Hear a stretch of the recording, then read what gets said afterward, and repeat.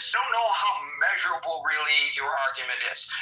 Doctor, followed by Ben, followed by David. Thank you.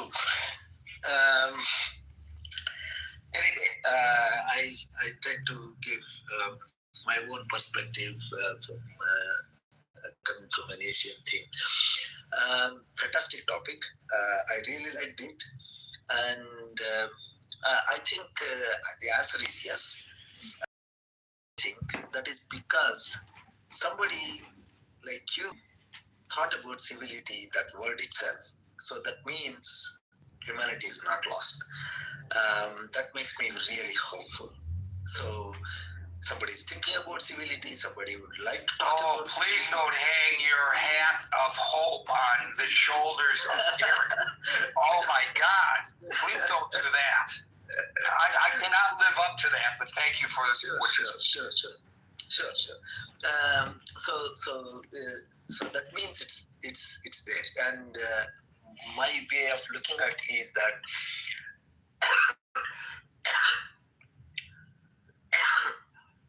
man inherently has that aspect, the feelings, right? We may see lots of bad things that we hear, we discuss, and then sometimes we lose hope. But I think the resonant frequency, the fundamental frequency is to be hopeful, being good to others, whatever that you define as good. See, the simplest things. So in that sense, yes, civility is going to return, because I also feel that what goes up has to come down. So it is a circle of life. Things go up and down, and sometimes we think that it's really bad or it's already too good. So, but the only thing is that we don't know what is the peak and what is the dip. So in that sense, being hopeful is always a good option. I also would like to mention one more thing. Probably this is something that we have to inculcate and also practice. This long time back, almost like 35 years back, I saw this in one of my local newspapers. That was a quote by Confucius. I may not exactly repeat the quote, but more or less I tell what he was talking about. It's a nice sentence. It said, if you see a good man, think of emulating him. And if you see a bad one, examine your own heart. It was such a fantastic thing. And then I was actually sort of a little over teenager. But somehow this is with me for more than 35 years now, even a little more. So this is something that I tell everyone. Whenever you think desperate, whenever you think very bad, whenever you feel so depressed, think of it.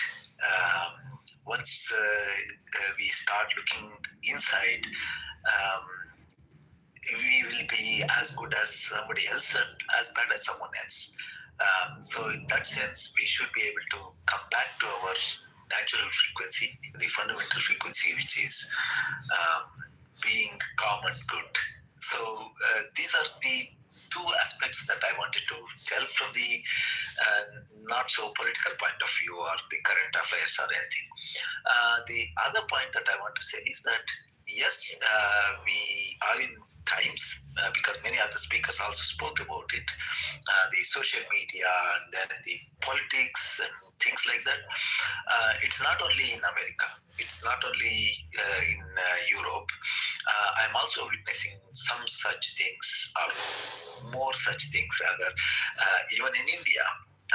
So it's around the globe, these things are happening. I think it is for a purpose. More and more people will start talking about it, and once things cross a threshold, I think people will automatically come back to the calmness, the quietness, and something which is good for everyone. So that's my hope. And also, in a way, it's my observation of my life. Things are not going to be always bad. Things are not going to be always paradise. So, in that sense, let us keep hoping. Gary, thank you so much. Yes, let's try to keep this up as positive as possible. I don't know whether we can. Ben, followed by David. Ben. Hi, Gary. Yeah, I think the previous speaker mentioned Confucius. Definitely, I think Confucius has a lot of interesting, very useful wisdom, even in modern lives. The fact that that saying that he quoted, emulate a good man when you see one man, good person, and then when you see a bad person, look at yourself, examine yourself. I think that sense of self sort of examination, introspective, and sort of putting yourself in other shoes, that I think is very important and useful in bringing civility back in our society. I think another speaker before me mentioned tribalism.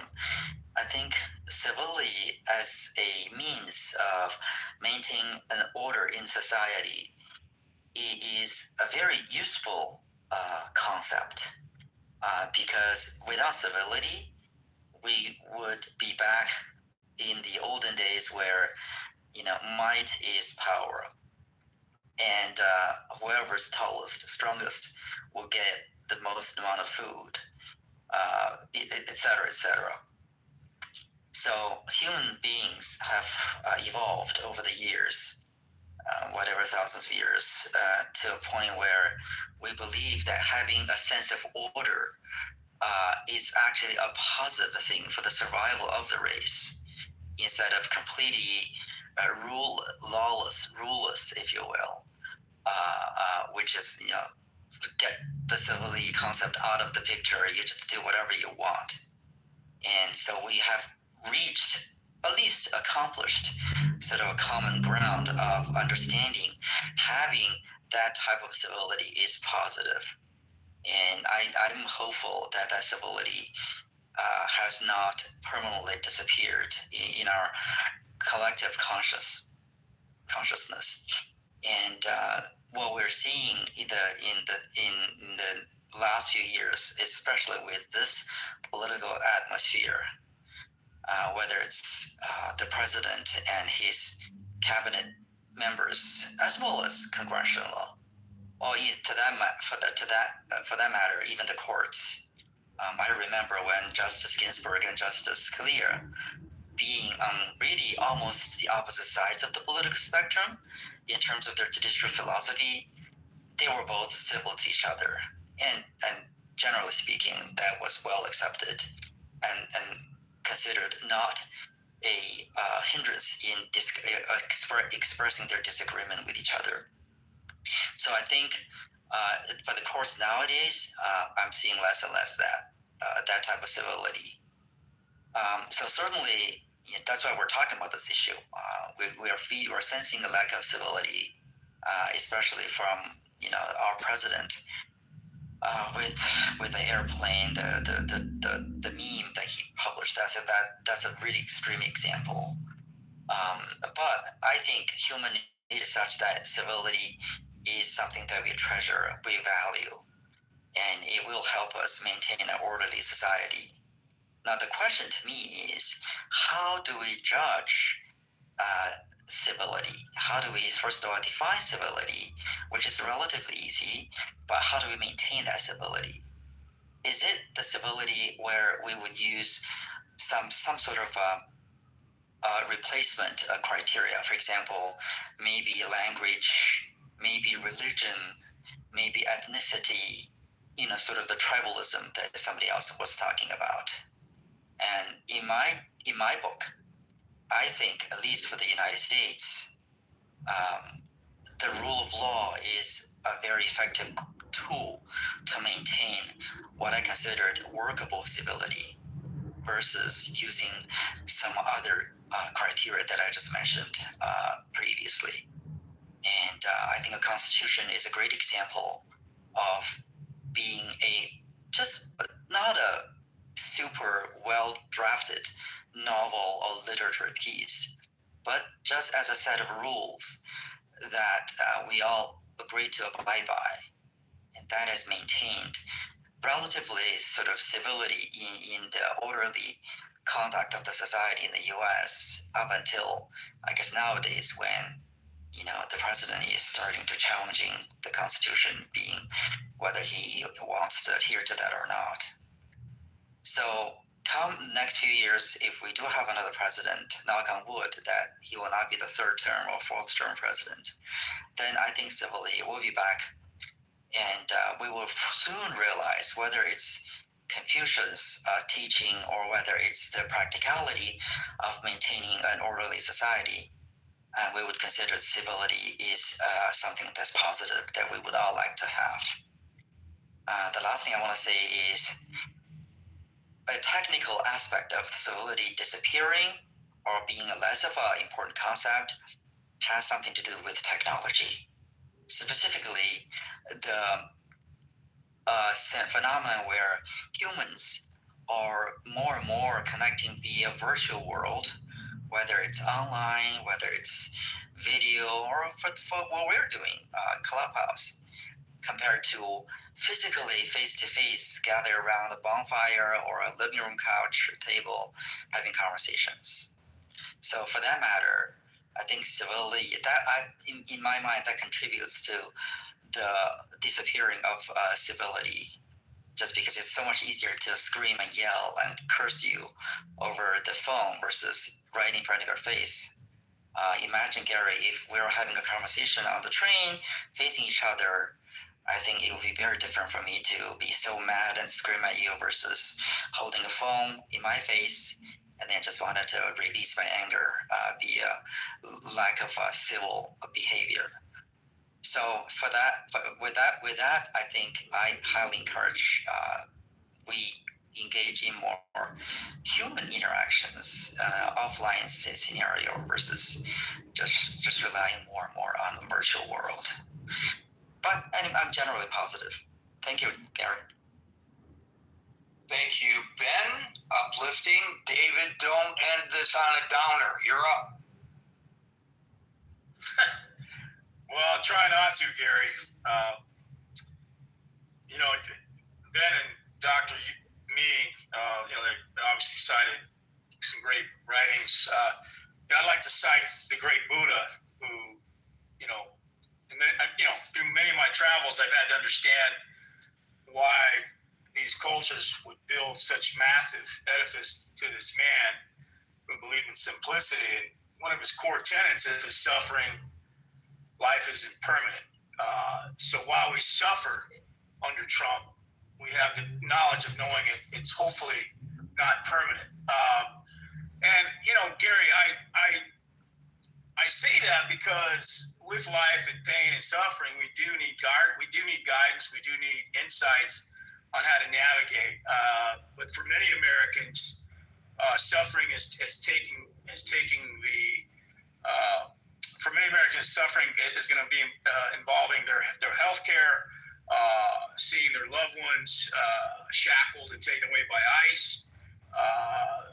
There's the tariffs and the farmers and those that have been impacted by it.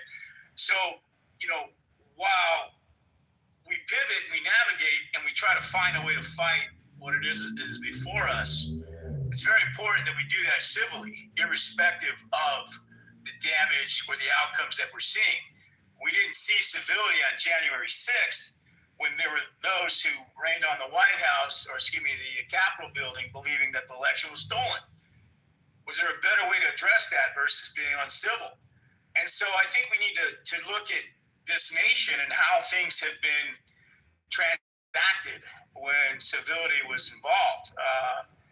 We can go back as far as Abraham Lincoln, and we have President Trump addressing reporters today or writers, whoever it was today or yesterday, that he thinks he's a better president than Lincoln or Washington. Well, to go back to your comments, Gary, about who's willing to sacrifice themselves on the altar of right and wrong to stand up to truth, to stand up to justice. And we can go back to Lincoln, who during the Great Civil War and the problems facing the nation, whether or not the nation was going to be divided into two, Frederick Douglass showed up and said, Mr. President, you're the President of the United States, not of white men. And with that, Lincoln proceeded to draft the Declaration of Proclamation and to conscript black soldiers into the Union Army to fight not just the Union being fractured, but slavery. So we saw that he paid for his life because of that decision, and we saw the outcomes after that. So where are Lincolns today? Where are the politicians that want to stand up and to face this man? And Gary, I think there is a possibility of civility going forward, but it can't be uncivil in our nation's houses. We see Donald Trump jackhammering the White House and refashioning it in his own image with this, gilded ballroom.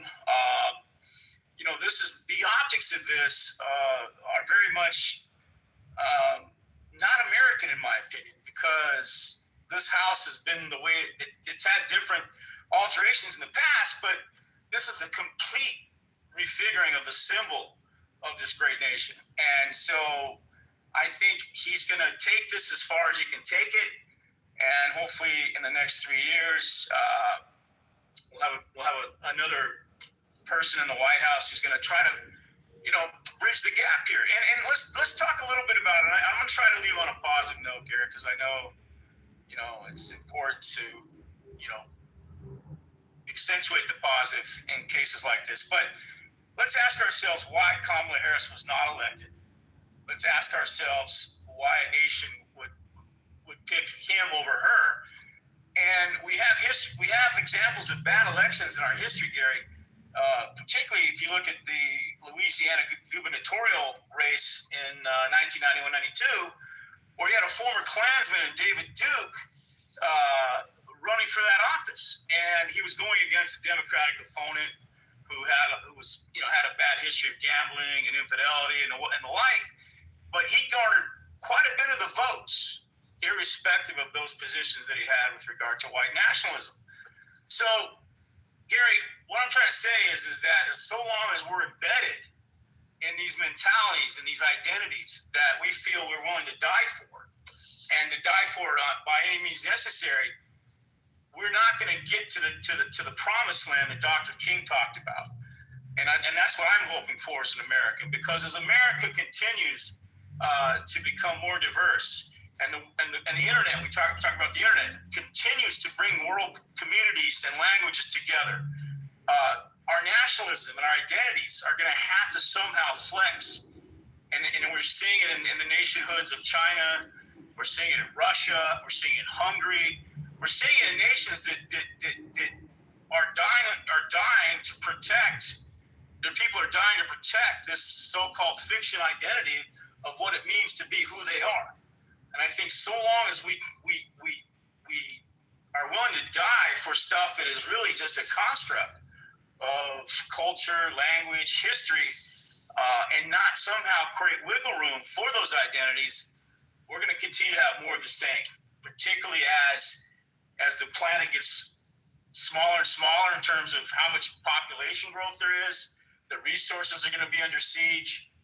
So we need to figure this out pretty quick here, or I think, we're going to have a lot more problems going forward. Now, I know that wasn't very positive, but maybe you can take the mic and end on a more positive note than that. Thank you. Well, my positive note is to say that we're through for the day. Folks, we're here Monday through Friday from 5 p.m. to 6 p.m. New York time.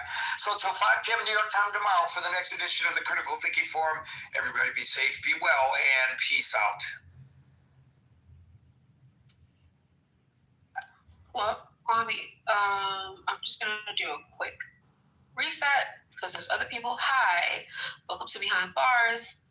My name is Shiv. We are talking about the cancellation of Tyler the Creator, please vote in the poll up top. Tyler's been a news cycle this week. A lot of his old tweets, a lot of his old behaviors have come out, and people are saying that Tyler should be canceled. What do you think? What say you? If vote and let's chat about it. If you're on stage or if you're in the audience, if you have not joined the house, kindly do so. We're friendly. Hi Nancy, what do you think?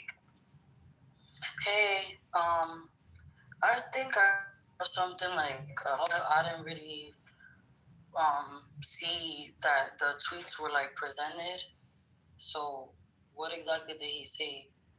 But even before that, I kind of already have thoughts about the whole like canceling somebody for tweets that they said a long fucking time ago. I just think that concept is like getting old to me. Because I mean, nobody's fucking perfect, and there's a lot of shit that people fucking say, in my opinion.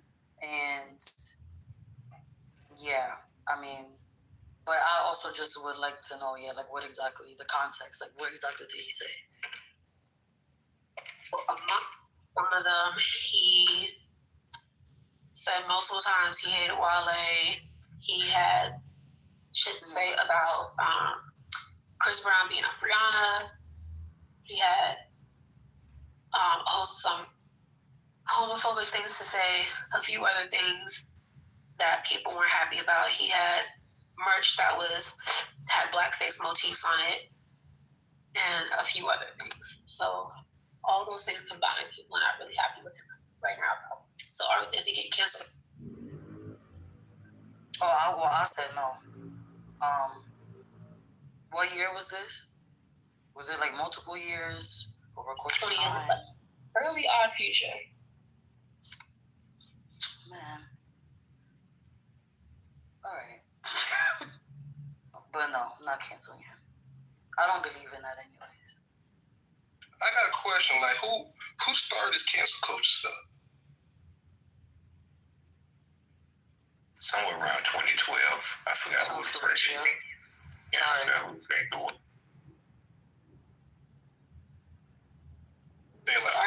People are serious about this cancel culture. That means shit.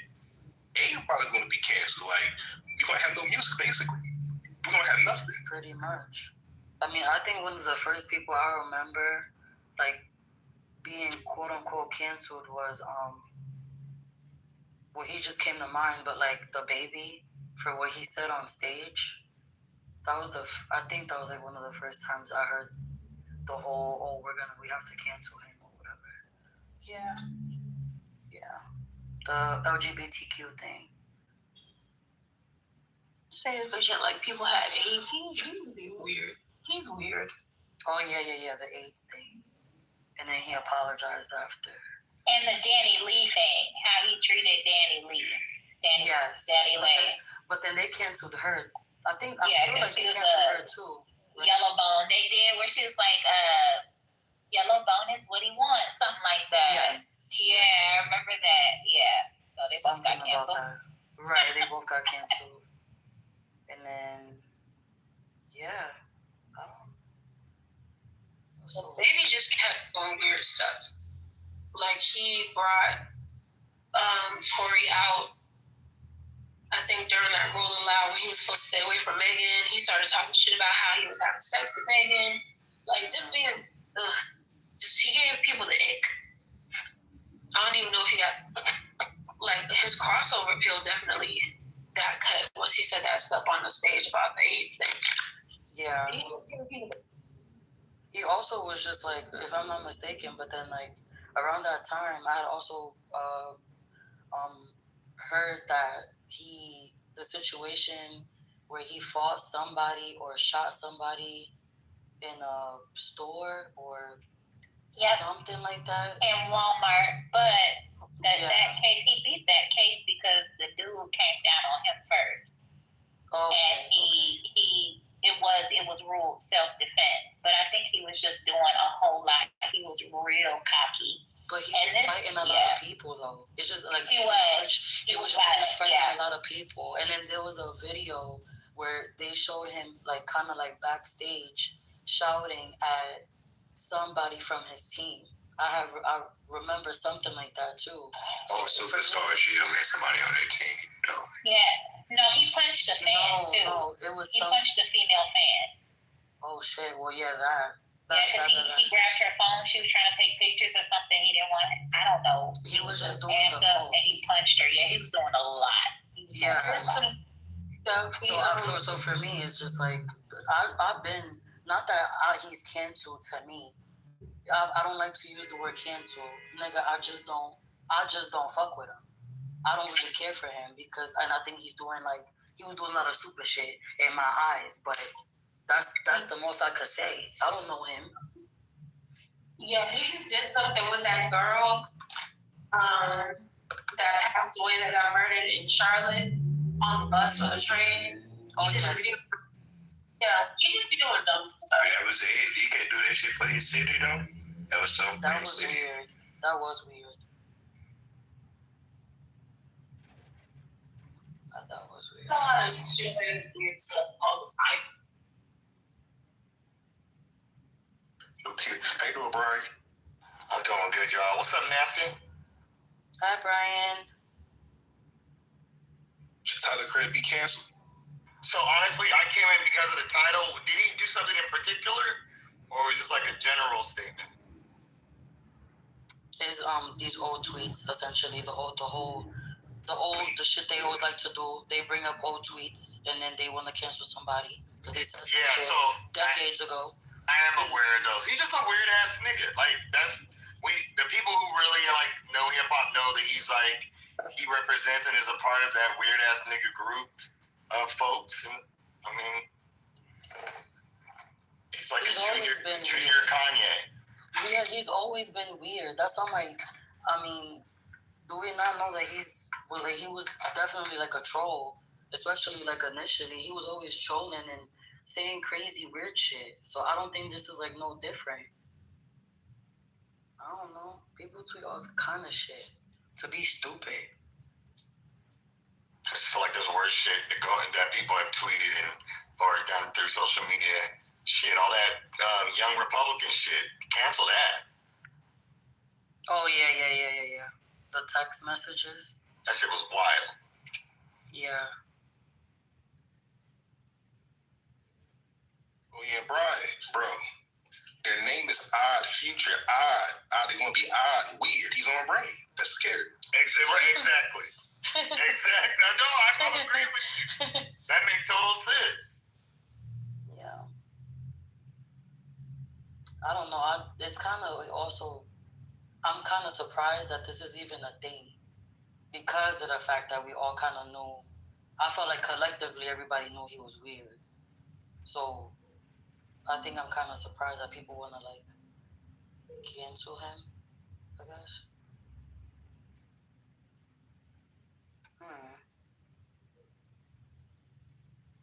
They be saying Vince Staples is Tyler Creator after medication. Oh.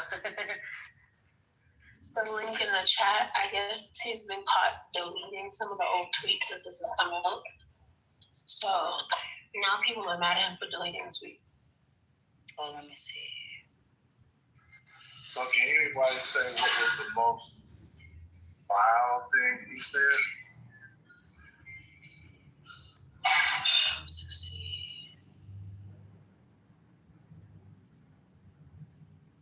Somebody brought up the young Republican thing. That is actually crazy because those are like, that's a little wild. That's a lot. Yeah. What did he say about the vote? Saying the young Republicans group chat that got exposed. That's crazy. Yeah, I think like one of my coworker, one of the things, because she was reading it too, or played us like the news, whatever, like where they was talking about it. It was one of the statements. I was like, yo, that's nuts. And then somebody said, oh, if they find these tweets or find these messages, we're clipped or we're fried. Like somebody said some shit like that. Like, Something about they need to be burned. They was calling black people monkeys. Yeah. They was using the hard ER for their nigga. Like, they was really... Well, no. And I'm not saying that, like, everybody needs to be canceled for shit they put out, but, like, don't play in my face. Like, there's what is his name? The Vice President, J.D. Vance, came out and said, well, it was a bunch of kids. These niggas was 25, 26 years old. Right. No fucking kids. Get out of here. He said we don't gotta get caught up in, like, the stuff that teenagers or something like that do. Like, text messages. Like, we need to focus on the real, like, matter at hand or some shit like that. Hey, Kwame, I got a question.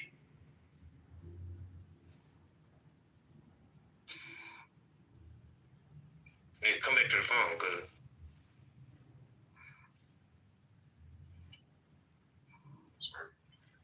I guess he's not there. Kwame, yeah.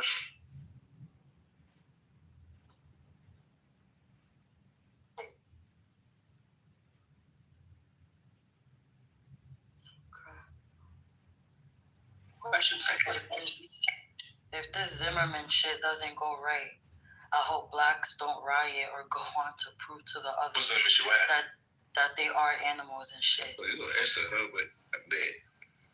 It's crazy. Anyway, cuz I know you there. Does this mean we going back to old Eminem videos when he was saying fuck black women? Yeah. Okay, cool. We can. Did I miss something? I must have missed But that. then people Eminem not said gonna do that. that. Yes. Apparently, It's called Foolish Pride. It's on YouTube. Young. That was like in his freestyle type battle rap days, correct? Before you dropped the album, yeah. Oh, I need to look at that. Oh, Foolish Pride. Oh, Foolish Pride. It's something. but then it's like, even with that, like, then what do we do about that? Like, what to do? You understand what I'm saying? A huge Eminem person to begin with, so that kind of in my adult life, so this kind of, Yeah. I mean, I feel like around that time that he said that stuff, I mean, my question would more so be around that time that happened, or even just with when Tyler tweeted these things that specific year. My question is, like, was there uproar then? Was anything done then? Was anything said? So when he said it, he wasn't famous yet. It did come out later. I think there's also one video of him using the N-word in a battle. But and it came out later, but it didn't have much steam on it. He also tore apart during his era every popular white woman that there was. Britney Spears, Christina Aguilera, Madonna, every possible white woman that was popular. Crawford, whatever her name is, Cindy Crawford, the model, he went after everybody. So I think that probably was why he didn't have much steam to it. I think he's super talented rapping-wise, but I don't play Eminem. Let's play some Eminem. So he fed to black people emotions. That's how he won y'all over.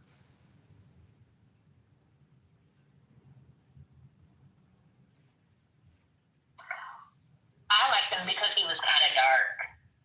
He just had he was just kind of dark, and I don't know. I didn't know he said any of that. Eminem, when I was younger, yeah, he was just kind of dark, and I gravitated towards stuff like that. I did the whole emo thing, I guess I liked dark things back then. So, yeah, I didn't really get into everything that he was, doing or about, really. I can just appreciate somebody for their music and not go no further than that.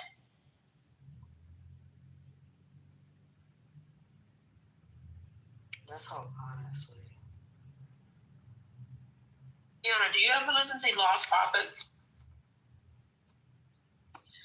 No, I didn't listen to Lost Prophets. I liked alternative rap. I mean, not rap, alternative rock, like Coldplay, King, stuff like that. Alternative VH1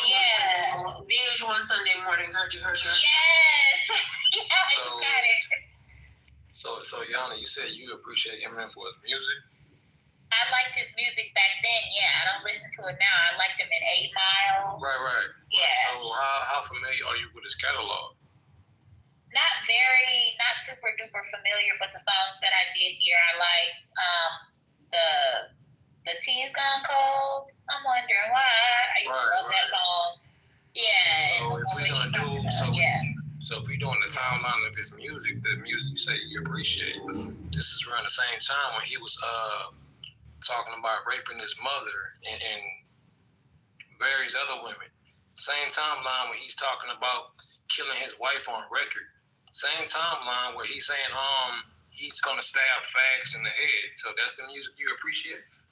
And this is the same guy who preceded Tyler the Creator. This is Tyler's inspiration. Yeah, I like Tyler the Creator too.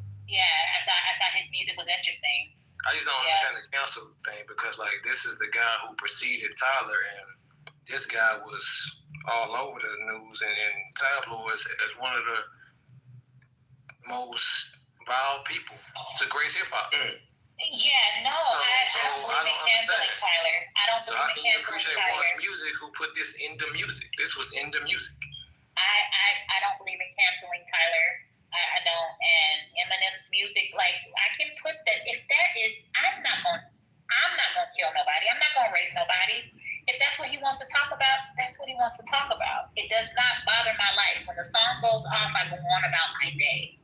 It doesn't influence me. It doesn't make me feel like anything is okay. If that's what he want to write about, that's what's on his heart, that's his business. That's it. I will say this, and this might be a little deep. Low-key from just a spiritual standpoint, there's, and I'm saying this as someone who liked She in VHS from Tyler, right? Mm-hmm. And if you know the lyrics to She or especially VHS, okay, I feel like a certain thing that happens to you when you consume stuff like that on a regular basis. And I don't know how good it is for you as a person. And I'm someone that I like dark stuff. I watch true crime. I'm into dark animes. I like horror movies, but I also like to keep it balanced. I'll watch something lighthearted. I'll try to keep my energy light enough, positive enough, clear enough so that if I'm watching that thing. What? Amir, you there? Hold on. Amir. Yes, what's going on? You look really, do you think Tyler should be canceled? I was in here a little bit earlier, but I had to take a phone call.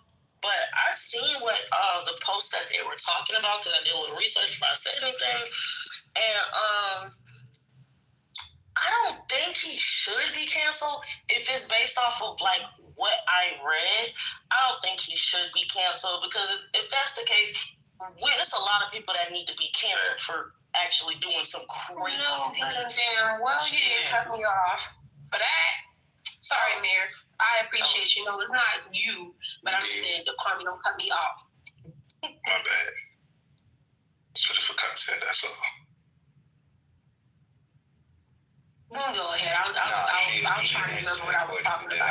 You were talking about that you try to balance the stuff that you watch and listen to. Yeah, it's balancing the stuff that I was talking. I'm sorry, Amir. It's not a you thing. Oh, no, my bad, y'all. I'm trying to lay you out and left you for dead. Look at that. He don't care nothing about you. Oh, good thing I'm cool with being by myself. No, I like listening to stuff like that, consuming stuff like that. I think over time does have an effect on a person.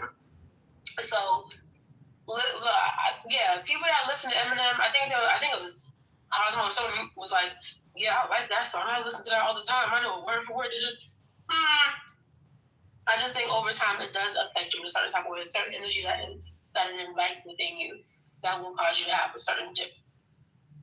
Whatever. Anyway, go ahead, Mary. Should Tyler be canceled or not? Like I said, I don't think he should be canceled. Especially looking at the dates. I don't know if I'm looking at the right ones, but that shit say 2011, 2015. And y'all still, and people still ain't cancel Kanye West yet. So it's like, I'm sorry, and I love Kanye, well, the old Kanye, but they still ain't care for him yet either. And I actually do agree with you. You have to have a balance with that. Like the horror movies, the trap music that you listen to, and things like that. It does have to have a balance. You can't start seeing it like show up in your life to an extent. Like low-key, you attract like the energy that you immerse yourself in is what you eventually attract. So if you talking about some crazy shit gonna happen to you. And if you cool, eventually cool someone, like you manifest what's around you. So if you're surrounding yourself with some, I can't listen to Durham Gray every day. I'll lose my damn mind. Hi, Neiman. Chris, what was your question?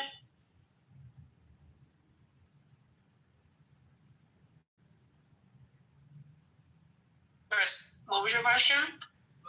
What's up, y'all? But you canceling Eminem for the shit he did back in the day. I mean, people tried. The white folks were more pressed about Eminem than anybody else.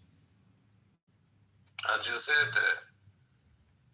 And like the thing is, like these tweets were like, it's not like this wasn't like common knowledge. This was the coach at the time. Like a lot of things preceded this before. Like we had South Park out at the time. Like that was as crazy as it got. Like if you're talking about like from a media standpoint, like we watched those shows continuously over and over again. So that was just the culture. So if you want to like dig up tweets from 2011, 2015, then you got to hold the entire culture accountable because we kind of looked at that and just brushed it off. The entire culture did that. Yep.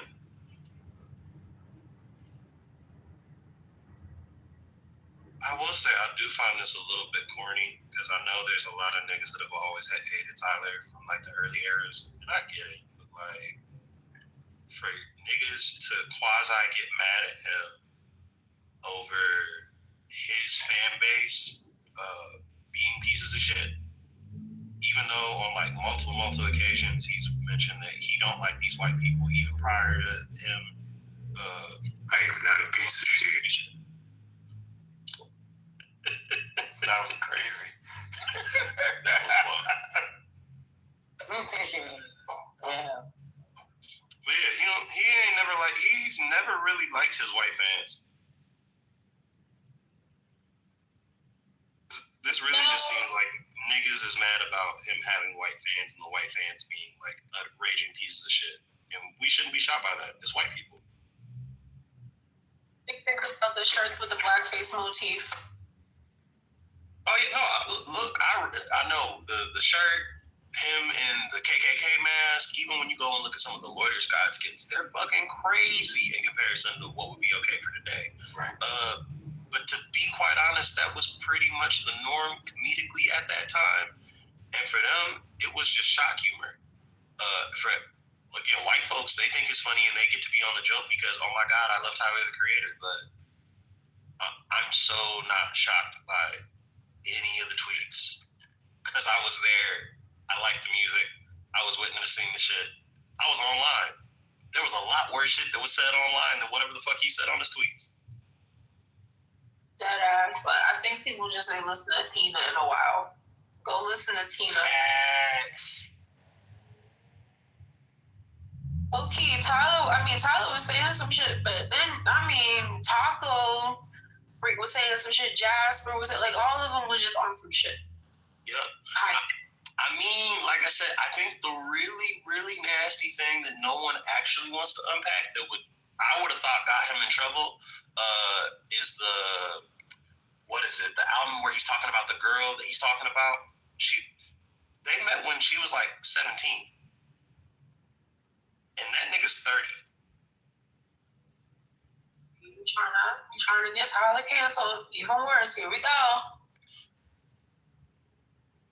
What album is it? No. Wait, what happened? I'm just saying, call me if you get lost. So call me if you get lost. I think people, And this is again the thing that kind of the fans already did, and like this, if you get lost, the girl that he's talking about is the same girl that he talks about in the Igor love triangle thing, because essentially he was dating the boy in Igor that was originally that dude's girlfriend, and then dropped the dude to go hang out with the girl. And the girl was like 17 or 16 when they first met, but they didn't start dating. How you know this? I think technically a little bit after she turned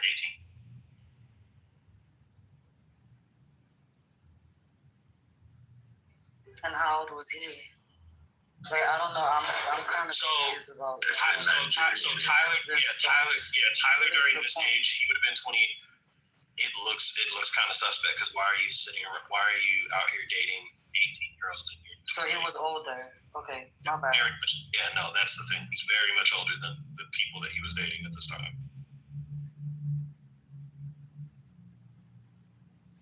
I would have thought that would have got him in. The fucking Young song would have probably like raised a couple. Well, that's the problem. That's kind of the thing that Tyler gets away with because he was so not serious the first like 3 years of his career. You never know if he's joking or being dead ass, even when he's being dead ass. But you're not talking about that Chloe girl. No, it wasn't Chloe. I forgot. No, it's not Chloe. It's fuck. All the forums know who the fuck her name is. She was like a model. She was just some light skinned girl. Yeah, Chloe was the one he like adopted, right? Like his manager's daughter. And Chloe. Yeah, Chloe. He has that video where he called her Esmeralda. Yeah, but that was a joke. That was a joke. Yeah. I think he always called her Esmeralda. Like that was the running joke. Right. Yeah. And then like she recently, there was a video. That's her name, isn't it? Chloe. Her name is Chloe. Yeah, but he always called her Esmeralda, and then like he promised to pay for her to go to school or something like that. But yeah, and then she graduated. She screaming across the thing, talking about some Esmeralda. Oh my god, he's so funny. His like YouTube type stuff was like that old stuff was funny as hell. Oh yeah. Rain. The girl's name was Rain. I just had to Google search it. But yeah, the girl's name that he was dating is Rain. R-A-I-N-E? Yeah. All right, let me look. But yeah, it's her. They met when she was 16 because the dude she was dating, I think was like 17, 18 age range, and Tyler was interested in the dude first. I think that fizzled out. Then he went to go date.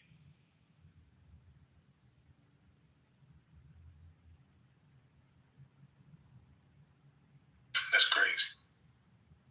Yep.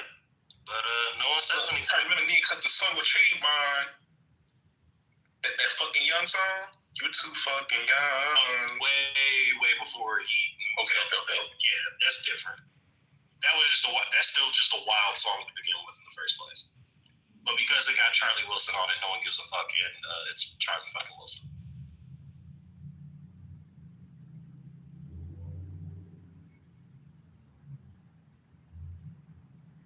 Ty shouldn't be canceled. If he's gonna be canceled, everybody canceled Eminem. We got canceled. And a whole list of people. Cancel Mary J. Blige. What she doing? She was fucking Danny Boy. Oh, he was a kid. He was a teenager. Yeah, they said she He was 16. He was 16 years old. How old Do we know that for sure? When was she involved with? Yeah, Danny Boy said it. Now, I can't say that inside of my house. My wife is there, but. Like, is there facts about this? Like, I don't know. I think he said it on YouTube. And he was fucking. Oh, brother. But yeah, if Tyler would have got canceled, he should have got canceled way earlier. It's a little bit too late to be pulling up pitchforks for a nigga who now is pro-black and just a massive music nerd and damn near hates everybody. I don't think it's depending on what it is. I don't think it's too late to get canceled, depending on what you did. I just don't think. I don't think this is enough to be talking about cancel. Like, number one, number two. Oh, I agree. In the current worldly climate, even let's just say, in the current world climate, it's like, wow, y'all not tired? No, because niggas have been plotting on they wanted to get off their I hate Tyler because he's the weird nerdy nigga shit. Really, that's where this boils down. It's other nerdy alternative black niggas upset that Tyler got famous for being a nerdy alternative black nigga. Get that Pharrell too, then, right? But there's not enough things to like ding Pharrell at. Like everyone can physically point at and be like, "Oh yeah, you're a weirdo." But why are they? If that's the case, why are they not going after? Why are they not going after NBA YoungBoy? Because there's a lot of people that gotta be canceled. Exactly, he wasn't doing that rock star aesthetic. They did the same thing to Lil Uzi, and Lil Uzi been like that for a minute. Them niggas is not listening. The niggas that are listening to Tyler, or even within that sphere, are never gonna pick up a YB tape. You know what I'm saying? Because you are correct. And I feel with someone else, so I ain't gonna. I'm not saying like you. I'm saying like if we're talking about if we did like a bulk analysis of like people's listening habits. Most people that are going to go listen to like the Tyler the Creator, especially even if you're black, you're already probably on the nerdy alternative side. You are not going to go pick up and listen to the next YB album. If you're talking about black people, yeah, but white people definitely. Yeah, white people, because a lot of the new Tyler fans, they're not even really hip hop fans, and I mean he liked the page about that, but. I remember going to the show that he had in Louisville for it was either Forecastle or he got invited to Jack Harlow's little festival. The fucking stage was split, and you could hear when he got to the older songs from like fucking like when he started doing Yonkers and shit. Yeah, the way those people, you could tell just by how they dressed, how they looked. Those were hip hop niggas. Like a lot of those early niggas are closer to hip hop niggas if you're talking about the fans of Tyler. The new ones, they're fucking listening to Daniel Caesar and fucking like Joji and shit. They're not, you know what I'm saying? They're not hip hop heads. But this the thing though. If you want to say that, like, it's so weird to say that because it's like, I'm not saying that you're wrong or anything like that. Sorry, I'm doing a lot of moving around. I just got off work. But Tyler, like, just going off of like Tyler, Sage to Gemini, because that's more so Cali shit. I didn't learn about Tyler and them until I moved to Cali. So that was a form of hip hop. It might have been like a different type of hip hop, but it was still hip hop. So it's like even the kids now the newer fans of Tyler, even though they didn't start off like, you feel me, grunge Tyler, they're still doing some hip hop shit. Cause what, YoungBoy, he's a rock star now. Yeah, Mir. So like I said, the new, like I said, if we're talking about like early Tyler, most of those people were already hip hop adjacent. The people that have now gotten like as Tyler has grown as a star, a lot of people that are like becoming fans of him don't even know about like the Goblin shit. They don't even know about Wolf. They don't know about VCR. They don't know about Got All My Main Bitches Mad because my main bitch Vanilla bars. They don't know anything about that. They just know that he's kind of gay, sometimes jokes about kissing boys, and dresses up like he dresses up like somebody's grandpa. That's all they know about this nigga. And the niggas that dress up like Tyler the Creator, you're not gonna think of, oh, that's a rapper. It's gonna be all the alternative niggas. Like they'll listen to SZA, they'll listen to Billie Eilish. They're not going to go pick up a YB tape. They're not going to go listen to West Side Gun. No, I am actually. I like West Side and I like Tyler, but I get what you mean though. But yeah, Tyler's like giving like his outfits are like kind of like preppy. Well, then I'm finished. No, go ahead. No, I was just saying he just be like, I agree, but I mean, it just depends on who you talk to. But I like West Side Gun and Tyler. People. I just think that with Tyler, Tyler just changed his sound throughout the years. When he was with Our Future, he was like rapper. He's kind of getting back to it now. You know what I mean? But it's the same conversation. Like when DJ Khaled was trying to say, I don't know if y'all remember that. When Khaled was like, "Hey man, like this dude ain't no rapper." And I'm like, "Well, shit." He argued like, "You really ain't no damn producer." You know what I'm saying? You just pretty much a culture vulture. It's the same concept. You know what I mean? I think the thing with Tyler though, especially in you know over the years, is that Tyler has when I was living in Cali for the past 10 years, you know, Tyler has experimented with sounds and he made it cool to where like, you know what, like, you know, this is just music, you know what I'm saying? But some of the shit is like, all right, well, this is questionable, but the kids love that shit, you know what I'm saying? And that's why he has such a huge fan base. And that tour he did last year, like a little earlier this year, kind of proved that shit, you know what I'm saying? But that's what I'm gonna say. I seen somebody say, I'm sorry. I was gonna say Lovely.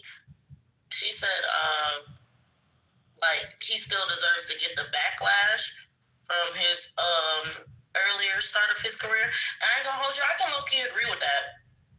Canceling, I can't agree with. But getting put to the fire a little bit because you said some outrageous ass shit, I feel like that comes with it. Like, I feel like that's just a part of what it is to be on social media, what you have done in your life. Like, you can get a little foot to the flame, but is what he said enough to, like, get canceled? No, because it took forever for R. Kelly to get canceled.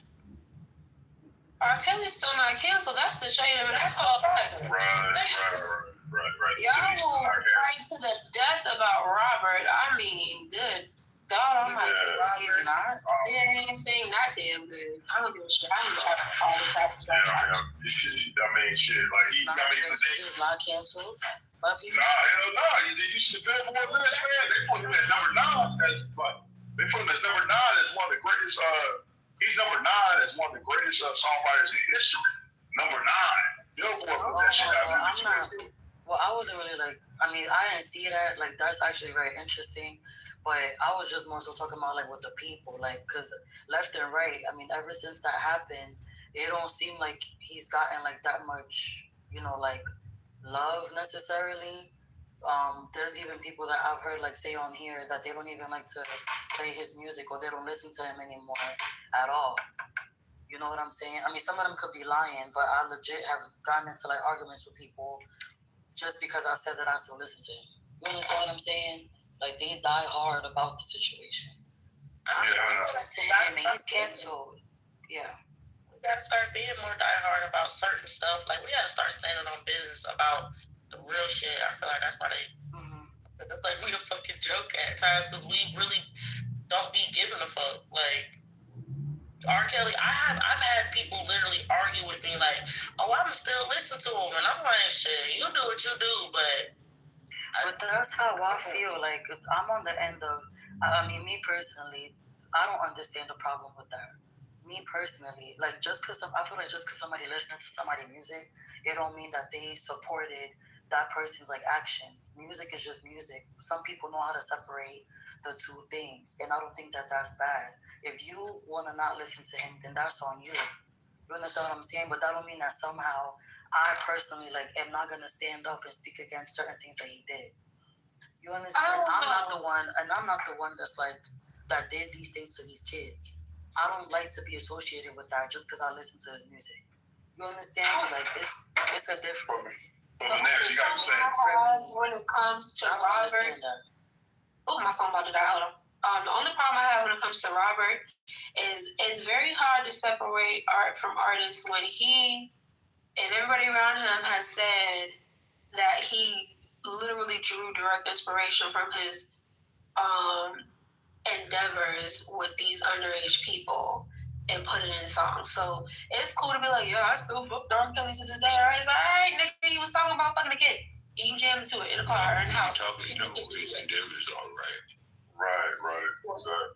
You don't know that, bro. Yeah, but his entanglement. So I mean, the whole like I can separate one from the other doesn't work. But shit, let me ask you a question. Like, do you listen to August Alsina? You listen to him? No, to August Alsina besides the radio. But I don't know. But I'm just saying, like, obviously, I see it, like, the songs that, I mean, to your point, the reference could be, he probably singing about a man because he came out later on saying that he was gay. That's different. You know what I'm saying? That's predatory art.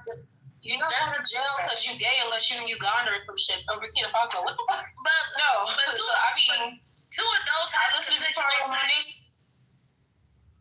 But now, shift to Chris' point. Y'all, like you said, they tried to cancel Frank Ocean. So what you think Tornado... But two of those... Most of their songs was about man. Two of those Ocean, why? Because he's gay. Come on now. Two adults having consensual sex is not the same as an adult taking advantage of a minor. Okay. It's nowhere near similar. It's not comparable at all. It's not. Yeah, I agree with that. Also, I'd rather a person be gay. Let's say who they is, because they are typically men. Men tried to cancel Frank Ocean for being gay. Men doesn't support R. Kelly even though he was a pedophile for decades, taking advantage of little girls. Men were the ones saying free Bill Cosby after them girls came out and said that he raped them and was drugging them. They sure did. It was majority men. Women are included. Some women are included. Yes, that's true. We're not doing this gender the majority of them are men. Not doing much. We're not doing this gender thing. As far as with Frank Ocean and the whole backlash with Frank Ocean, when I brought that up, I was bringing it up in the sense of people had critique and criticism of Frank Ocean. Like, how could you be in such a space with people in our future when they say stuff that's like mad homophobic, or Tyler dropping the F-bomb every 5 seconds, not even realizing that at the time Tyler was fucking niggas too. So that was the whole thing. One of the things I was levied against Frank was not so much, oh, you're being critiqued for being gay. It's like, how are you being gay in such a seemingly homophobic environment? That was one of the things that people did say about him. I mean, yeah, there was people saying, oh, I can't get jiggy with this because, you know, thinking about you is about a nigga now. But, like, people got over it. It's fine. Exactly. I feel like people got over it because people is still begging for Frank Ocean to come out. I am still begging for Frank Ocean. Absolutely. I feel like people. I know it's not gonna happen, but I feel like people who genuinely like craft, like for real, like people who genuinely like art, are the ones who still fuck with Frank Ocean, because there were niggas that legit stopped fucking with Frank Ocean over that and haven't checked back in since. But on the other end of the spectrum, I feel like society has evolved, and that was years and years ago, right? Because recently, Isaiah Rashad got exposed for being bisexual or homosexual, whatever the case may be. Because of that video. And niggas was like, you know what? Fuck that. We like Isaiah Rashad. Like, that's our nigga. We don't give a fuck. And matter of fact, who's the motherfucker who released the video? Because fuck them. Mm-hmm. But that's what I said. Like, if I'm listening to somebody's music, like their lifestyle, or like, you know, as far as Isaiah Rashad, like that has nothing to do with me. When I'm listening to, like I said, even just with R. Kelly, that has nothing to do. Like, when I'm listening to the music, I'm not thinking about kids. I'm thinking about what the mood of the song is giving. So that's the only reason why I said what I said. I could understand why somebody wouldn't, because it's a sensitive topic. I just don't like the whole people chastising somebody else over something like that. I just don't think that is fair. It was the whole thing was, it's like the levels of like, what are you doing? A person being gay, it's like, okay, that's not enough to be canceled. But a person, or for them to stop listening to their music and stuff like that. But a person doing some extreme ass shit as what Bill Cosby and R. Kelly and a lot of other people were doing, yes, I feel like that is enough. Honestly, I feel like it's enough to go to jail for. Yes, and for sure. For it. Yeah. So, like, it's like, I feel like that is enough, because one thing I was doing when I moved to Florida, I was listening to a lot of drill shit, right? And then I had to stop listening. I don't listen to a lot of drill shit no more, because I started realizing y'all name dropping people that y'all quote unquote had something to do with their murder.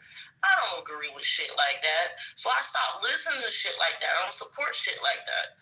You get what I'm saying? So it's like, at what level do people gotta, like, you feel me? It needs to be a certain level. Like, if it's extreme, no, yes, they need to be canceled. They do. If you're talking about killing somebody's son that was 14, all because gang shit. That's bullshit to me.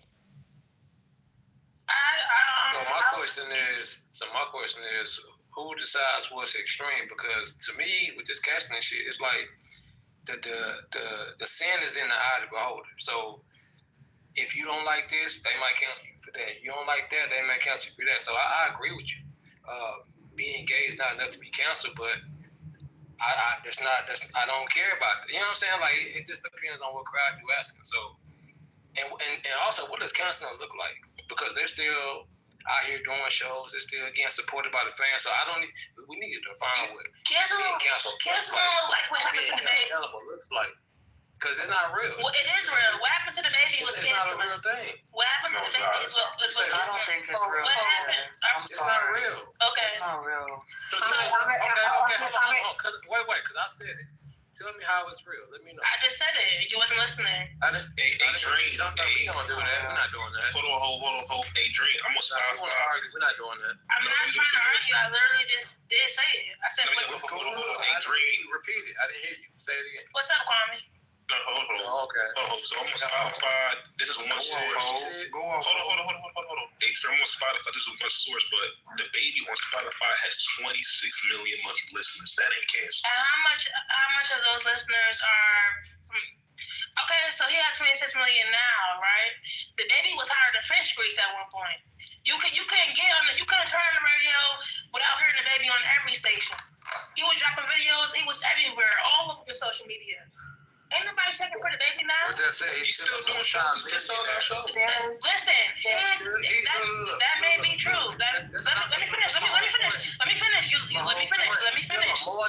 Let me finish though. Let me finish. Hey, more time. He is a multi-millionaire. Yes, but that's because you're not listening. How are you gonna ask when I'm listening? You know, you can't talk and still try to listen at the time. I don't think that's conducive to the environment. With your sense of shawty. Okay, thank you.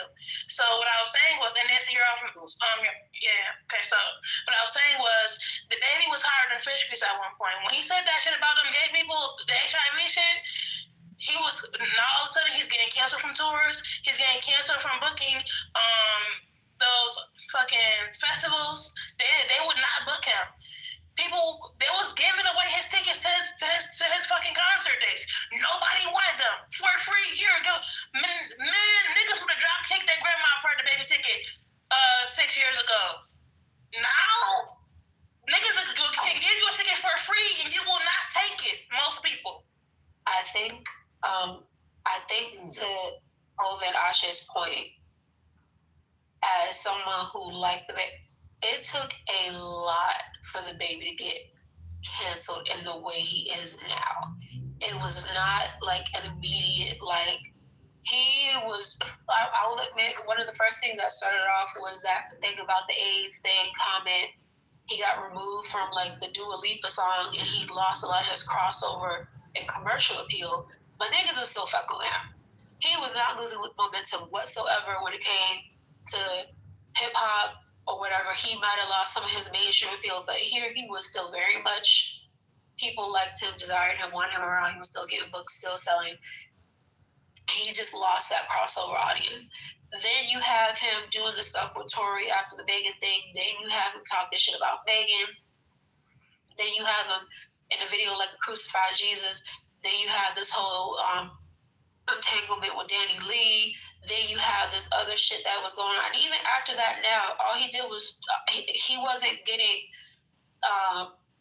the appeal and he wasn't being cycled like he was before. But then he got that song with Sexy Red that shakes something, and then, we love Jonathan Kirk. So I get what you, there's a certain section of the culture that's just gonna fuck with people like him regardless. They don't care. I mean, but that's Boosie, let me finish. I swear, I promise you. Hold on, I'm almost done. I promise you. Okay. Thank you. People like him, Bootsy, those to a certain section of, I'm not talking about white people, I'm not talking about white respectability and white gays. I'm talking about in the culture. There's a certain space in a pocket. They are always gonna have safety. They're always gonna make money. Always gonna be him, Bootsy, and a few other people. Now, if you to hose earlier question, who got canceled immediately? Nigga, Daniel Caesar. God, I would just want to say that. I was like,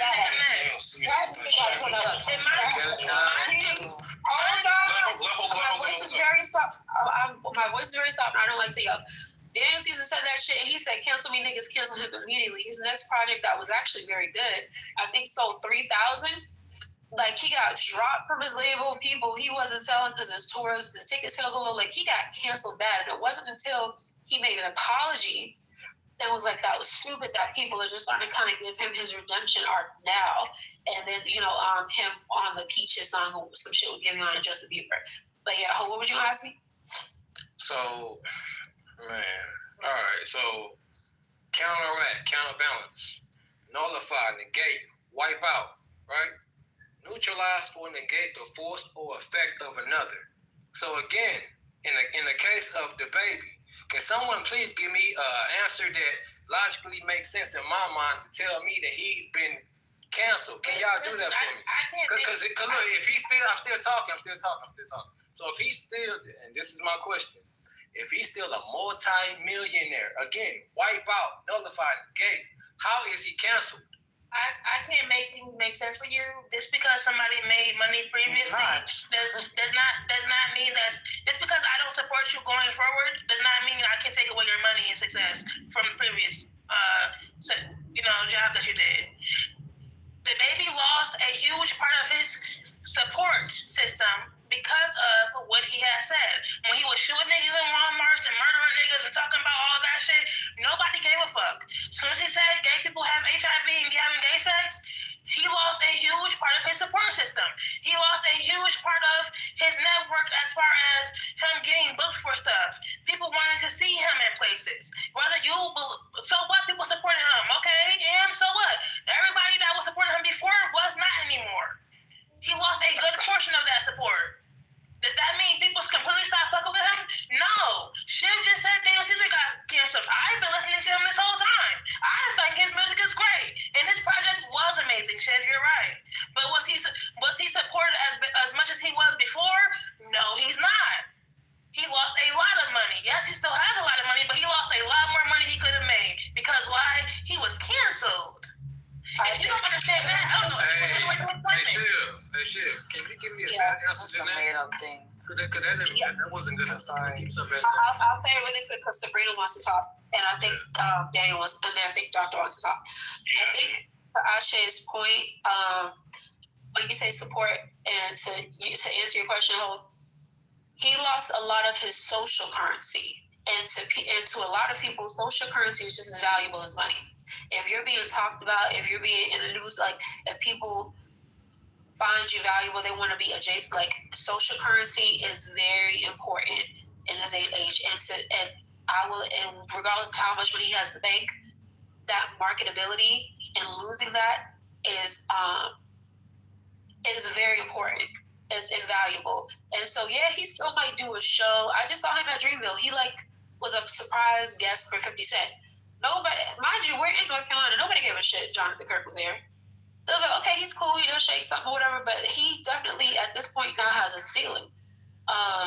So he might be a multi-millionaire. He has to be very mindful with those multis and millions, though, because he does not have the marketability he did before. So that is something that he has lost that's substantial. And I don't know if he's going to be able to get that back. And especially now he did that video with that girl that just got killed in Charlotte. That doesn't seem like him or his team has where he's going to be able to regain that. But Sabrina is next, and then Dr. Egro, sorry. Well, you said my actual name. Do you just remember me? You just remember me, Chef? Because my name, that name isn't even there anymore. Hi, welcome. Hey, what's up? All right, let me let Sabrina go, and then you can go.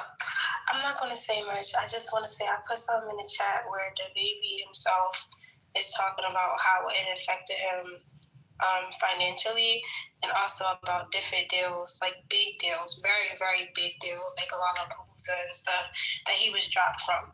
That man was canceled. Daniel Caesar was also extremely canceled. I was still listening to him. There's a lot of people still listening to him, but that man was canceled. And that's all I wanted to say. I put something in the chat where the baby himself is, acknowledging what happened himself.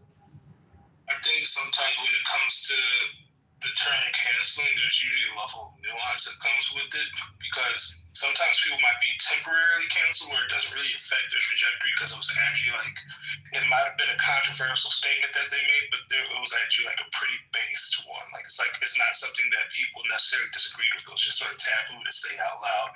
But then you have things like with the baby and even with Daniel Caesar, where it's like, one, they pissed off their core audiences, and two, they pissed off people that would be in positions of power to to actually like cut off their potential. So I think when we talk about cancellation, it might not totally shut down their career, but it will definitely limit the potential of their career. And that's what you saw with the baby and Daniel Caesar. So like, I'm not going to say that there's no such thing as canceling. I do think that as culturally, you might give the word a little bit more weight than we need to, but it doesn't negate the fact that it does have a level of effect. And if you want to be super literal about it, that's perfectly fine. That's your prerogative. But we sort of understand what we mean by cancel in the context of these conversations, because we don't talk about the baby or Daniel Caesar the way that we used to. Daniel Caesar was that dude on R&B tip. Like, I feel like if he did say the shit that he would say, like he'd be right there alongside Leon Thomas and Giveon and Lucky Day right now. But that's not the case. So I think we can be honest about that. Like, just because someone got more money than you doesn't mean that they are canceled. Yeah, another example of a cancellation. For sure, this isn't music related, but Jonathan Majors got canceled. Bad, like really bad. And yeah, he was doing like little shows, and he had the Magazine Dreams movie premiere was and Magazine Dreams was supposed to be this huge, like almost A24. It's supposed to be like the black version of The Wrestler. I don't know if anybody remembers that movie from Dan Aronofsky back in the day. This is how like hyped up that movie was. Zeus ended up picking up the production work because everybody else dropped it after the whole controversy. Imagine that, going from Marvel to Zeus. I would kill myself. Like losing marketability, especially with a lot of when you have crossover appeal, especially for a black celebrity, is so damaging, because once you lose it, it's very hard to get it back. If you get it back at all. And most people don't. They just kind of are able to coast. Wesley Snipes was canceled off some tax shit and some other stuff he did. And, we still value him, but he doesn't have a lot of crossover appeal. Same thing with Isaiah Washington. A lot of it happens. So, yeah. Sometimes it might not be something that us in black culture actually disagrees with. It might be something that Hollywood culture or white culture disagrees with that gets them canceled. It's also worth noting. I know people. I don't think Chris Brown is canceled necessarily. To Ho's point, you can't be a 90. Yeah, I forgot that Robbie Downey Jr. was originally the cancel king. Like, he was your first nigga to get canceled. Yeah, Robbie Downey Jr. Mickey Rourke, Charlie Sheen, all of them got canceled. But yeah, that's just like Chris Brown. I don't think he's canceled, but he definitely has a ceiling on his career. But again, luckily he has enough support in a fan base where it doesn't matter. He's still able to sell out, do tours, and do projects, and be cool in his pocket of culture where it's not. Yeah, I just think it's the verbiage for me. You'll see. I think y'all need another word: blacklist, blackball, exclude, something. Council just doesn't make any sense in this case.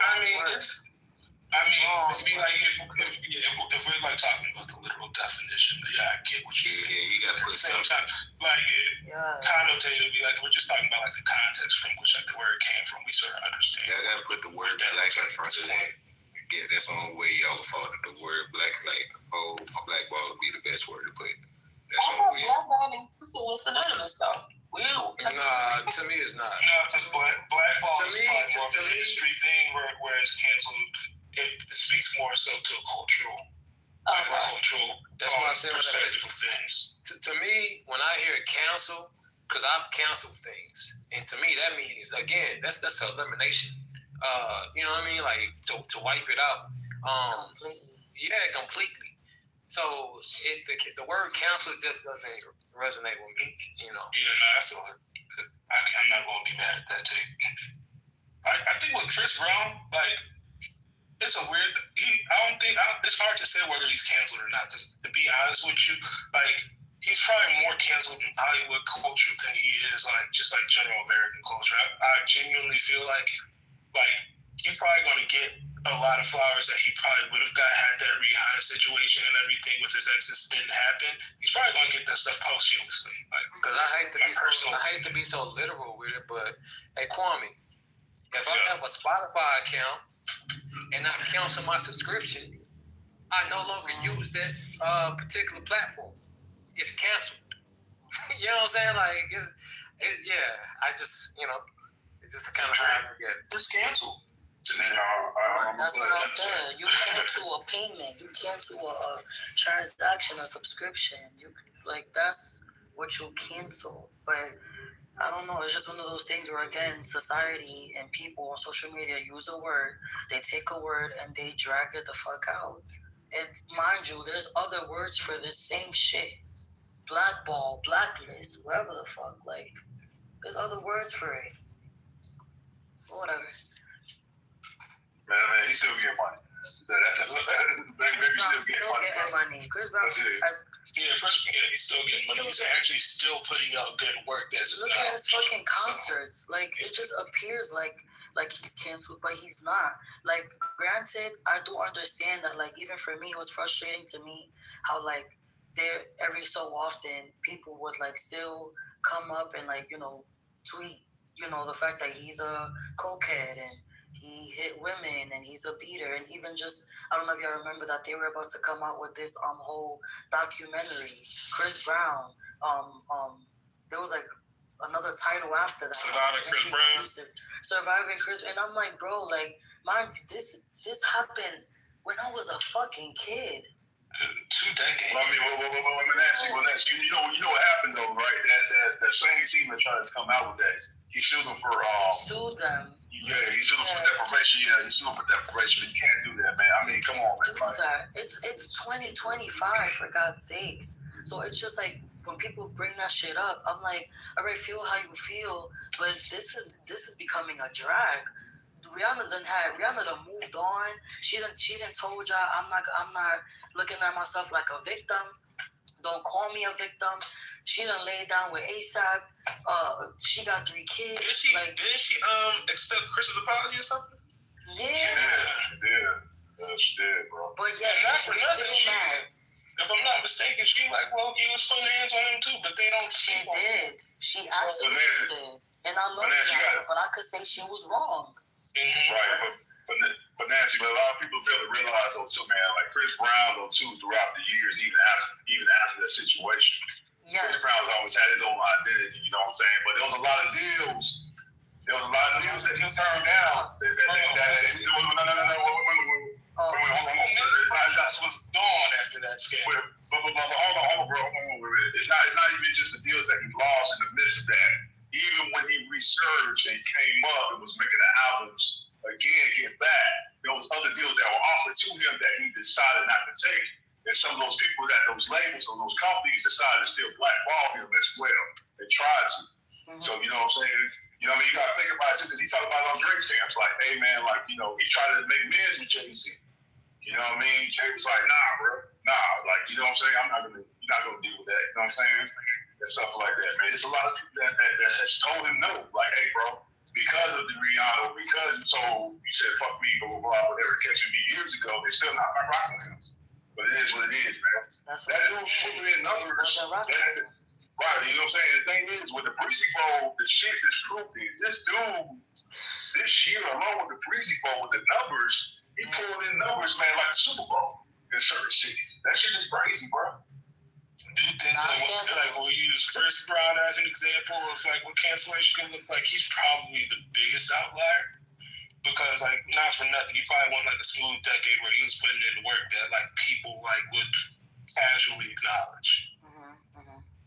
So, like, when you compare that from like how he hit the scene and like where like what the peak of his stardom was to like what was going on between then and now.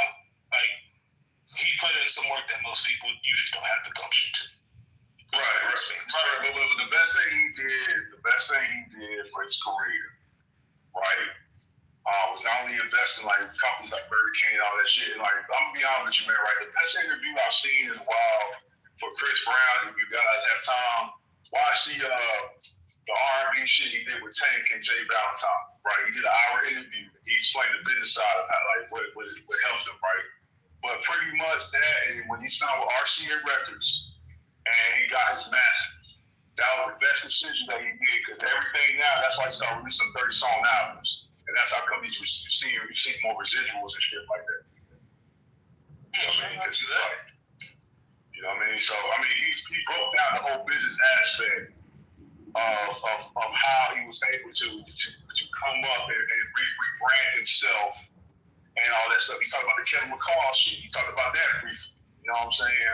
He talked about, you know, how, like, you know, you're right, he talked about that shit on his Black Committee. He talked about, you know what I mean, like how he was invested in Burger King and McDonald's and these other companies to where he knew his music shit might not last forever. You know what I'm saying? He talked about the damn brand deals and shit like that. He talked about how Kanye West was even putting him on all this shit, man, to where he's still making money from that now. You know what I mean? So it's a lot of stuff, man. I was like, oh shit, I didn't even know that you still even do for just like $200, $300. It's the R&B Money podcast. That's right. You know what I'm saying? Because other podcasts, check it out. Yeah, because other podcasts like a whole bunch of bullshit, like you know what I'm saying, like they just be talking about the gossip shit, but he really broke down the business aspect of that. That's what's up. Have we sort of spoken to like the age of like the old tweets and like sort of even like Tyler's journey as like an artist? Because I don't know, if I was clocking things properly, I don't even know if clocking is the right word. Somebody told me to use that word wrong. If I am correct in like my assessment of things, his last tweet came before Cherry Bomb, and that was like where like his sound and persona and the way that he even like presented himself like just sort of had a turn unprovoked, and he like sort of got flack from his own fan base for that. I'm not really excusing it per se, because like I do feel like you do have to like address something like that head on, but at the same time I think like it is a little, I don't know, if I'm thinking about like even like the rollout for Chromopobia, he like was like sort of like just calling out like white people and like in a way that he probably wouldn't have like in like the early 2010s. So like I don't know, I'm just sort of curious as to like whether like people sort of like take into account how like the age of these tweets. It's literally been a decade. I mean, I think it's this, bro. I think it's this, bro. It's just a lot of people clout chasing now, man. I think they just trying to find some shit on some people and shit like that, man. I think this shit's getting ridiculous, bro. Like people ain't looking at the art no more. People are super triggered and they're like, look, we gotta create more content. Even we gotta think about tweets. Yeah, because like I don't know, like I remember like when Tyler came on the scene, and I sort of like saw what he was sort of about from this is an Edgelord type of guy. Like that's sort of like his like appeal, and like yeah, he has some potential here and there with some of the creative ideas that he has, but like it wasn't my cup of tea. It probably took me until after Igor to like really rock with him, like just on a musical tip, and then even hearing "Call Me When You Get Lost," you sort of hear him like sort of talk about how sometimes he felt alienated from Black culture. So, like, I do think that, like, there's context that's there that people don't really acknowledge, and, like, the fact that he has grown past those things. And, like, how you can tell how he genuinely feels now based off of his recent works. That's, like, just, like, my thing. Because it doesn't seem like he was, like, really faking the funk with, like, a lot of stuff that he, like, dropped recently, because it was unprovoked. It wasn't, like, in response to anybody calling him out on, like, the bullshit that he tweeted about in 2014. Yeah, I mean, it's just, I say that Tyler, man, it's just, I think he makes great art. I'm just gonna be honest with you. I just think people now, a lot, like some of the people, are taking the shit out of context. This whole canceling shit. Just appreciate the music, bro. Appreciate the artists making the music. You know what I mean? To me, that's just petty now, man. Because honestly, that's defamation of character to me. Because like that's your social media.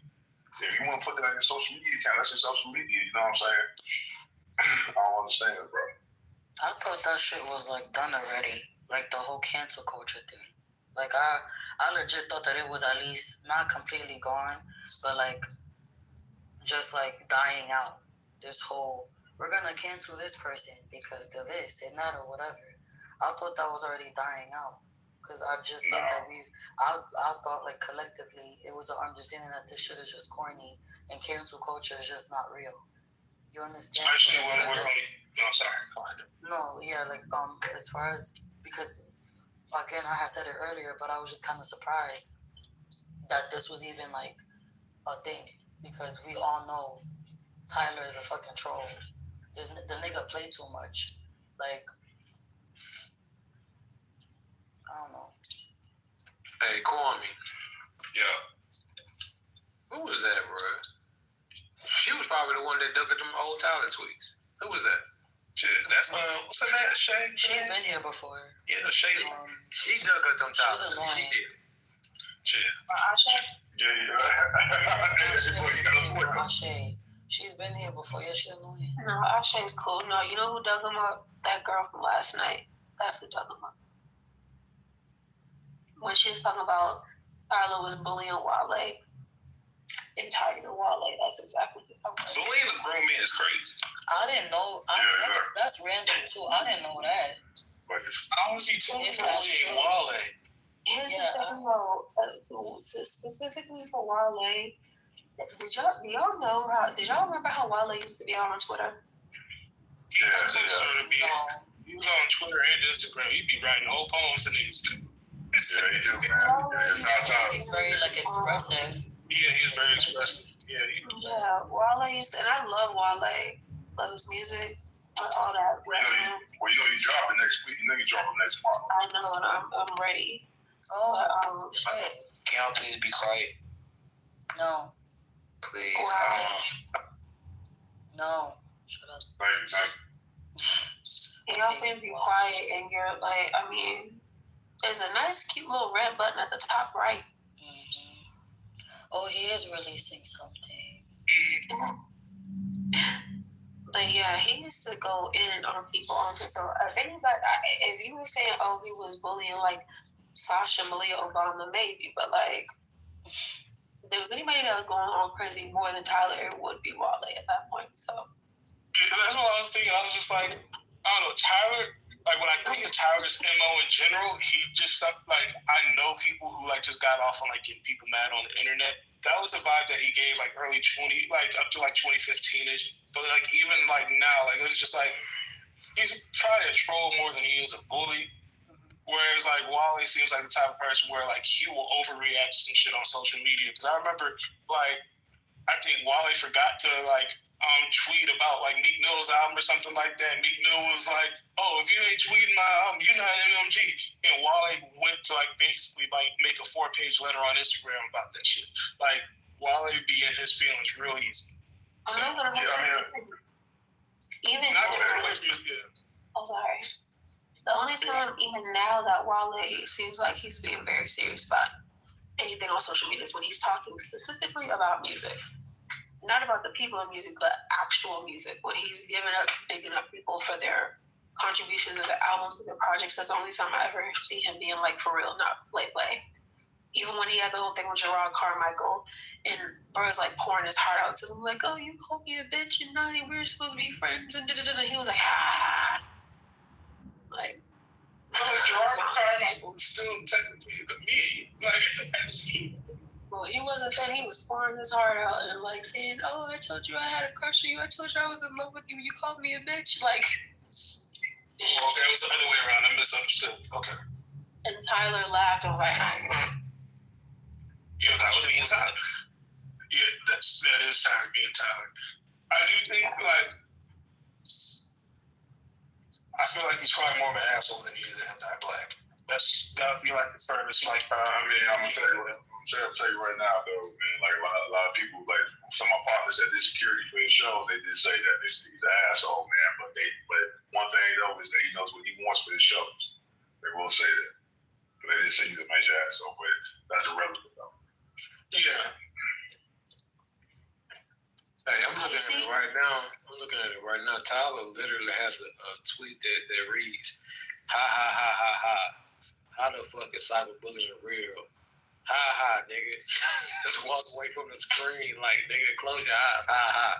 Like, this is the same. This the guy you trying to hold accountable? This is the guy you trying to cancel? Ain't no way. This cannot be the same guy.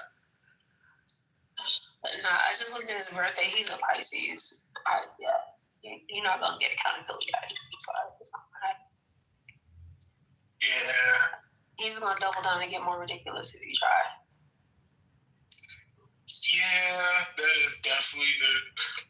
I'm not a zodiac nerd too, but I was like, yeah, he'll be all right. So he got a strong likelihood to be childish as fuck. Like, so yeah. Oh, he got a Scorpio moon. Oh yes. No. It's not good. It's not good. Y'all can hang it up. Room over, guys. What? He got a Mars in Gemini. Like, this is the most unserious person. Venus in Aries, Mercury in Pisces, Leo rising. Yeah. Y'all are not gonna get. It's not someone you should take seriously. You get more maturity out of a grapefruit. It's not gonna happen. You're gonna get a childish ass person that will gaslight you for fun, literally. Yep.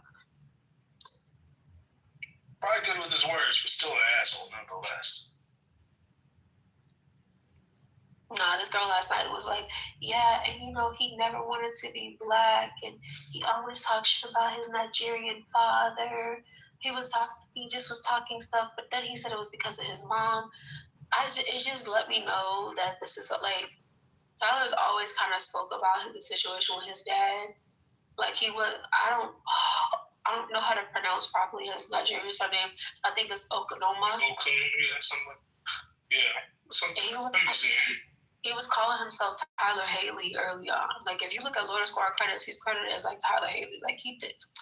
He didn't want shit to do with his roots for a long time. That's why I was saying, like, up until like the roots, it's his dad. And he didn't say he didn't want to be black. He said he don't go with his dad. I don't get. And so his dad's surname could have been Smitty Werberman Jensen. He was number one. But he don't like his dad. He gonna call himself Haley.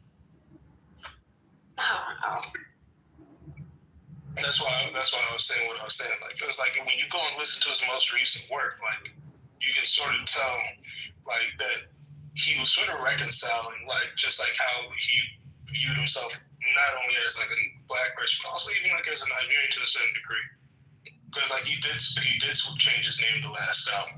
So that, like, I don't know, as childish as a dude is within his last most recent works, like, there was actually a level of like vulnerability and, dare I say, self-accountability that he sort of took in most cases to like address certain things, like certain aspects of himself that gives you more context. I don't know. This is I hate saying fake outrage, but this feels like fake outrage. It is very much fake outrage. Just I can't. I hope.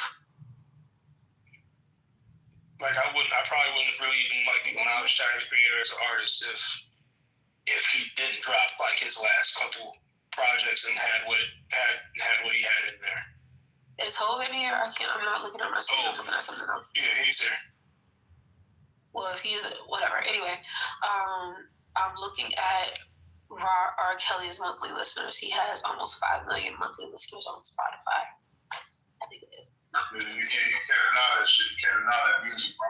People gonna love that shit. Yes, I can. I can deny it. You can. I don't think anything is undeniable. There's nothing that is good enough, sounds good enough, feels good, that is undeniable. I'm gonna keep it real with y'all, man. Like, to me, I'm not gonna lie. This might be a hot take. Oh, Kelly kind of mid, bro. Wow. Maybe that's just me. I'm not too hot. I don't even know if it's mid, but a lot of his stuff, a lot of his personal stuff, kind of sounds the same. Like, it got like that. You could tell it's R. Kelly song, I get it, but like not in a way of like, this is a Pharrell beat and it has like a distinct sound. It's like some of it just sounds the same. And I'm not saying that just to be like, oh, y'all niggas don't like R. Kelly. Like, no, some of it doesn't It's like the same way that like certain rappers don't change this. Like the Baby, for example, he literally has the same flow every song. R. Kelly sort of has a similar kind of like melodic cadence style with his music, where it's usually the same a lot of times. He only has so many tricks up his sleeve when it comes to R&B. He's really good with those tricks, but he only has so many. Yeah. For me, it might be because he lacks range vocally. Because like when he pans for Maxwell or Joe, like it sounds amazing, but with him, it just sounds like same song. Damn, we couldn't do much without Take. That's crazy. No. I agree with Hope though. I do agree with Hope because his earlier stuff, like 12 play, and all that stuff, he had more range. But over time, his range did like short. I don't know, it's a lifestyle, drugs, you know what I'm saying, cigars and all that shit. He was real big as smoke cigars and cigarettes. But I don't know, man. Like thinking about it, I think at that time, it's just that nobody was doing what Kels was doing as an R&B singer. But yeah, as far as like actual range and everything, like there are other singers that can sing him, you know what I'm saying? Yeah, and it's a shame because with some of his stuff, it is very good. He got this Mary just staged in the last one we're talking about the Share My World album from Mary J. Blige. Him and Mary got a duet on there. That's so good. And I have not listened to that shit since the stuff come out. I haven't listened. He got a song, I think it's with Nas called Did You Ever? And, Did You Ever? Yeah, the remix, Did You Ever remix. I listened to R.I. the other day. That shit's fire. Yeah, and then he got the song with Puff, Satisfy You. I damn sure if you listen to that now. Like, he just... Yeah, no. I done had to let a lot of music go, but I let it go. So it's not undeniable. Yeah, I would say unacknowledgeable, no. Like I'll give credit where it's due when it comes to like his talent, but like I think I tried listening to just songs that were written by him. I think I like just stumbled across like some like Aaliyah song or something, and I like heard certain lyrics. I was like, oh, that's R. Kelly's pen. And I like really heard it. I was like, that's really his pen. Like paused, but like there's like the weird suspect shit was sort of there, and it was just like I couldn't listen to him anymore. Like I was like, as much as I wanted to, I just had to turn off the music. I was like, I'm cool, bro. Like you good? Like nothing. I think that's one of the biggest things that pisses me off about him. I really love Aaliyah. Like, I enjoyed Aaliyah a lot when she was alive. I think as I got to be an adult and matured and got older and become a woman, I like just, her music just matured so much better to me. I still to this day mourn that lady. The stain that he's put on her legacy because of his like if for nothing else. With his actions, yeah, that's how I felt about it. I was like, I can't even listen to Aaliyah anymore. I was mad about that.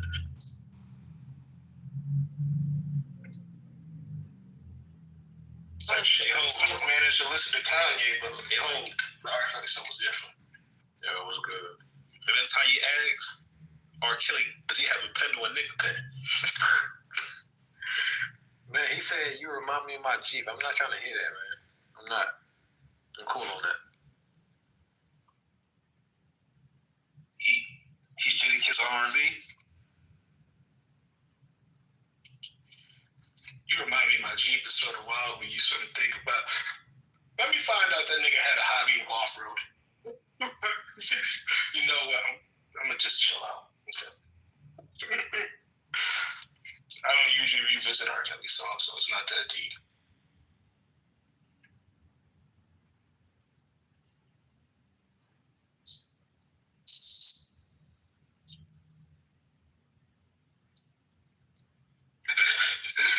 Hey, Philly.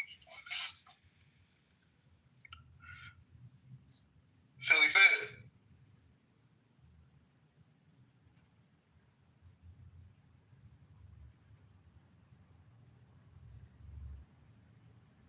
This was a good room, shit. This was a really good room. Yeah.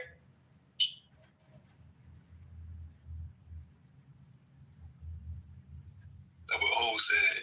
Ain't gonna do that gender shit. I appreciate that derail the conversation. I appreciate that y'all didn't let that derail the conversation whatsoever. Y'all checked it and moved on. Nah, because she came here talking about like men this and men that. Men this. I women support R. Kelly. And then I'm like, to my recollection from the videos and the footage I see, it's a lot of women at these shows doing all type of wild things at R. Kelly concert. So don't be trying to spin this narrative like men is doing this, because I don't see way too many times after the court cases. Right, that's crazy. So we're not gonna do that.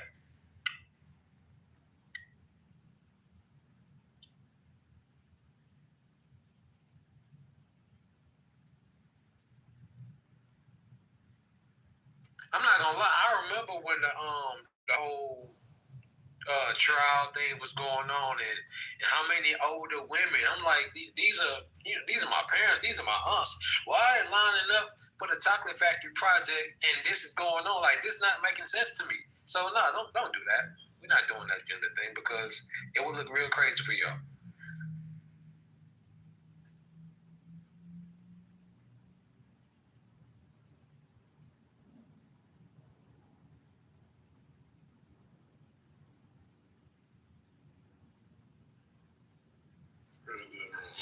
Philly, you there?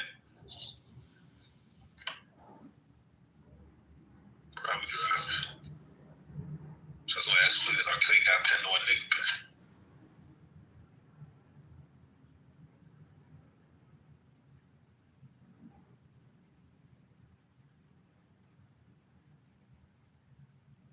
My nigga share the room. Go to room, share, go to room.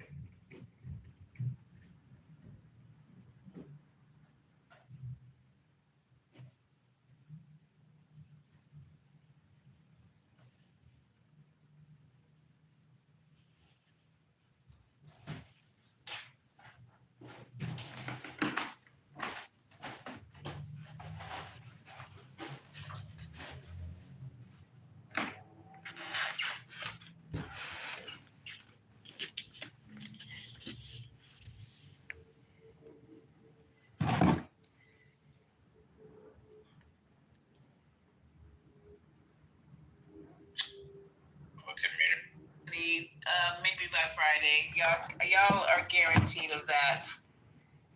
America first. They stealing the people.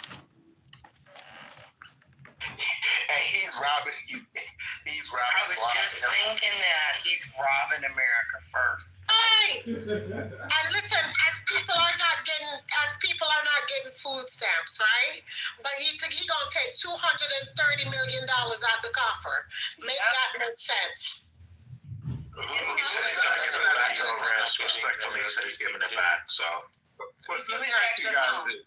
Do the military not get paid? Is that a fact? I think Patty mentioned it earlier. They got paid. But the civilians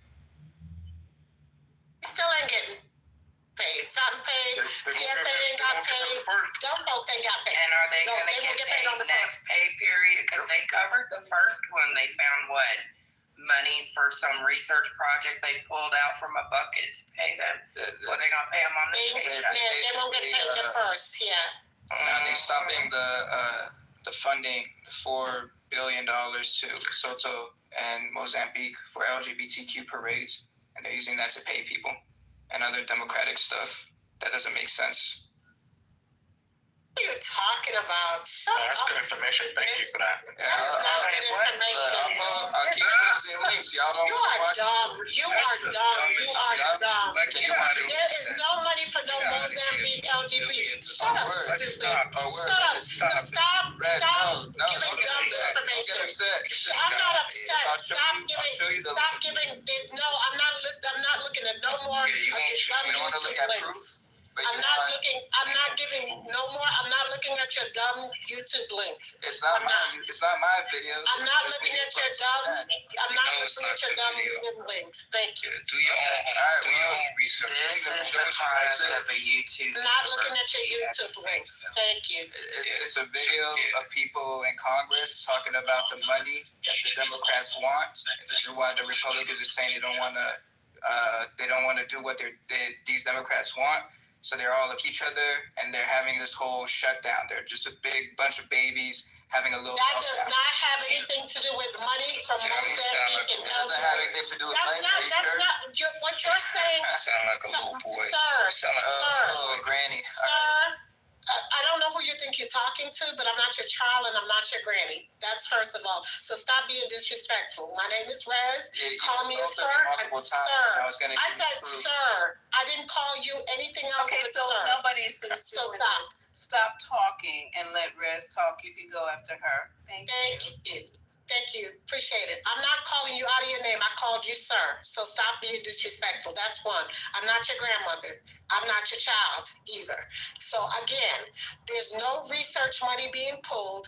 Stop the crap. Stop the cap. There's no money being pulled from anywhere because Congress is currently shut down. They don't have any money from anywhere to be pulled. So stop this. I really hate when you guys start triple talking and quadruple talking, thinking that you can come on this stage and talk intellectually to a bunch of people who literally know what they're talking about. We sit here on these stages and we pull information, and a lot of these folks on this stage are super duper smart. They work in these spaces. They understand what they're talking about. You do not. Please stop this. Don't think you can pull the wool over our eyes, because you can't. That's not how this works. Now, if you have a source and you can cite the source and it makes sense, make it make sense. But don't come to tell me no nonsense about you pulling a source about CNN and the Republicans talking to the Democrats. That's not a source. I'm asking you, where are you pulling the source about the funding for some Mozambique project and LGBT project for $1 billion to pay civilians back the money so that way they can get paid? Because there's no source that I've seen. Show me your source. Thank you. I'm landing. So I just posted it. One second, Robert. One second. Let him respond. One second, Robert. So Senator Norm, hang on. Let him look at Robert Norm. Go ahead. Mugen, is it Mugen? Yeah. All right. So Senator, if I could request when you're providing links, it'd be great if you have something with these stories that are that big, surely there must be something outside of YouTube, because anything and anyone can post on YouTube. So go ahead and respond, but it'd be awesome if you could provide links for other articles, other sources to substantiate your claims. Go ahead. The source he just provided is keep talking. Go ahead. The source you just provided was from 2 weeks ago, with the House literally having a conversation. The source is not in. It's not a good source. This is literally this person. I don't know who's talking over Rez.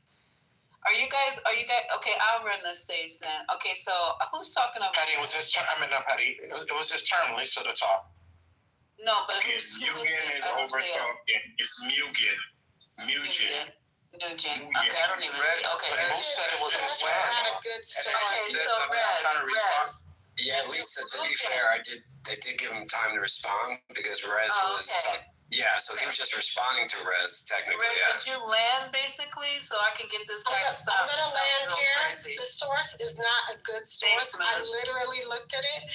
It's a source that he pulled from YouTube, and the source is the House literally talking, and they're literally having, like they normally do, with a debate, and it was literally with Ocasio and a conversation. It's not a good citing source because it has nothing to do with the shutdown.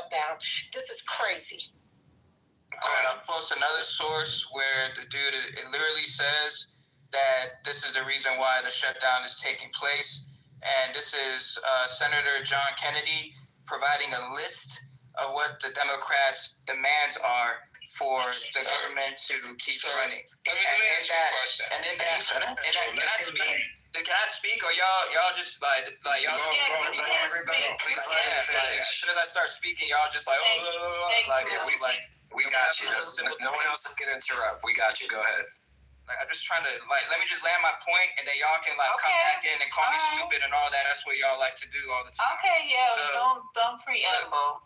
Go ahead, babe. So these are people in Congress, 2 weeks ago when they were trying to stop this government shutdown from taking place. And this man comes out and he provides a list of all the things that the Democrats are demanding money for to keep the government running. That's literally what they're doing. And they're saying they don't want to do that. And in that list, he provides a couple examples of how they want billions of dollars spent on things that has nothing to do with the United States of America.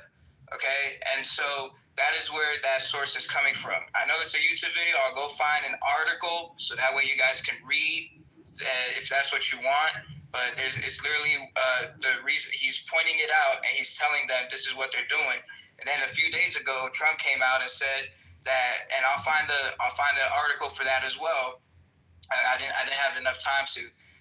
But I'll find the article. I'll post it in there since you guys want articles. And he came out and he said, since the shutdown is happening, they're not going to continue to fund or allow any of these things that these Democrats want. And they're going to pull money from that, and they're going to use it to utilize it for resources for the American people. So they pulled some of that money, and they also got donors as well to help out. And they were able to pay the American military. Now they're also going to continue finding other pockets of money that are going towards unnecessary things that we've been spending in the past, and they're going to use that money to keep to help the American people out. That's what they're doing. Okay, so I'm going to go find these sources, and since you guys want articles, I'll go find that. I just think YouTube videos are a lot easier, but I'll go find that stuff. I have some questions for you. Yeah, I have a question for you. I want to dialogue with you, Mugen. I just can't even believe people drink Kool-Aid. This is unbelievable, sir. So do you have insurance, Mr. Mugen? Do you have insurance? Do you have health? I have life insurance and health insurance. Okay, yes. No, not life health insurance. You have medical insurance, correct? Yeah. Okay. So you are, what state are you in? I'm in California currently. All right. So you realize that we're coming into November, and there are going to be increased costs to your co-payments, your deductible, as well as your overall premium, your monthly cost. Are you aware of that? Yeah, that's not a problem for me. Okay, no, it's not that it's a problem. Okay, it's not a problem for you. All right, so you mean to tell me that you have no problem with your medical insurance increasing by triple times, going up like up 250%? You have no problem with that? 250%. Yeah, well, it depends. I don't have my chart in front of me, but you're okay with the increased medical? It's not going to increase by 250%, but if it does increase, if it increases, I'm sure there's going to be a slight increase. Like that's fine. Slight. Yeah, it's not going to be 250%. Hold on, let me pull out my resources, boy. Hold on, I just can't believe you guys. Your resources. Can you cite your resources, Robert? I can. Absolutely. Yeah, because I need to see that 250% stuff. Man, hold on. I can break it down, bro. No, I don't need your Amari, you're not project manager. He's gonna cite it without you even asking. First of all, no, he doesn't, because he does his own analytical analysis on things. I'm a researcher talking to you. Like, unlike you guys, I don't have to look at YouTube videos. So let's see what the numbers say. So when we look at the 10 states, let me see. All right. So now California, let me go through my site. And this is from Meet the Press. This is from, I'll give you my sources. Meet the Press, you got to go look it up for yourself. I'm not going to Face the Nation. A couple other shows that I was watching this weekend. And it talks about the increases, the potential increases state by state. 5%. I'll help you out. It's 75%. 75. Thank you so much, because I can't even read my own handwriting right now. Robert, thank you for providing those. If you could throw a couple of those in the chat, that'd be appreciated. Speaking of which, Amari, I think you were going to put in some links about 3 hours ago. Sir, respectfully, you're not done. Yeah, you know what I could do? I'll tell you what. I could do a screen print of my notes. That's what I'll do. And you guys can comb through my notes and you can have some fun with it. Okay? So I can just put that source. It's me.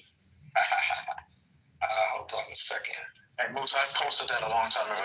You got to scroll up, brother. This is cool. And all you guys got to do is just do your research. Like, you guys got to do some research. Like, but what this guy is saying is completely, he's just using talking points. He doesn't even understand what he's saying. He has no understanding of what he's saying. He's just literally repeating rhetoric that is not true. I just posted a link in there that says if you have ACA, Affordable Care Act is going to increase by 7%.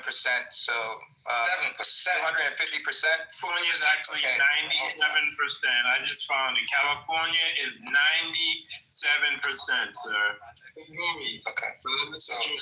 So I have one. I posted some of my notes. Yeah. It said, here it is. Yeah, California. Yeah, it's 66% increase. Yeah. So is it 90 or 66? Because both the numbers. Which one is this? Divide or Robert, it's getting smaller. It went from 250. Now we're at 66. I'm confused. Why don't y'all? Hey, go ahead and get to the point, Dupree. And then all y'all coming off the mic. All y'all coming off the mic is not helping. I'm good. What's going on here? You can look at my notes. I'm good. My notes here. You can just look. Okay, so can I just get back to my original point? Mugen, my original point with you was this, okay?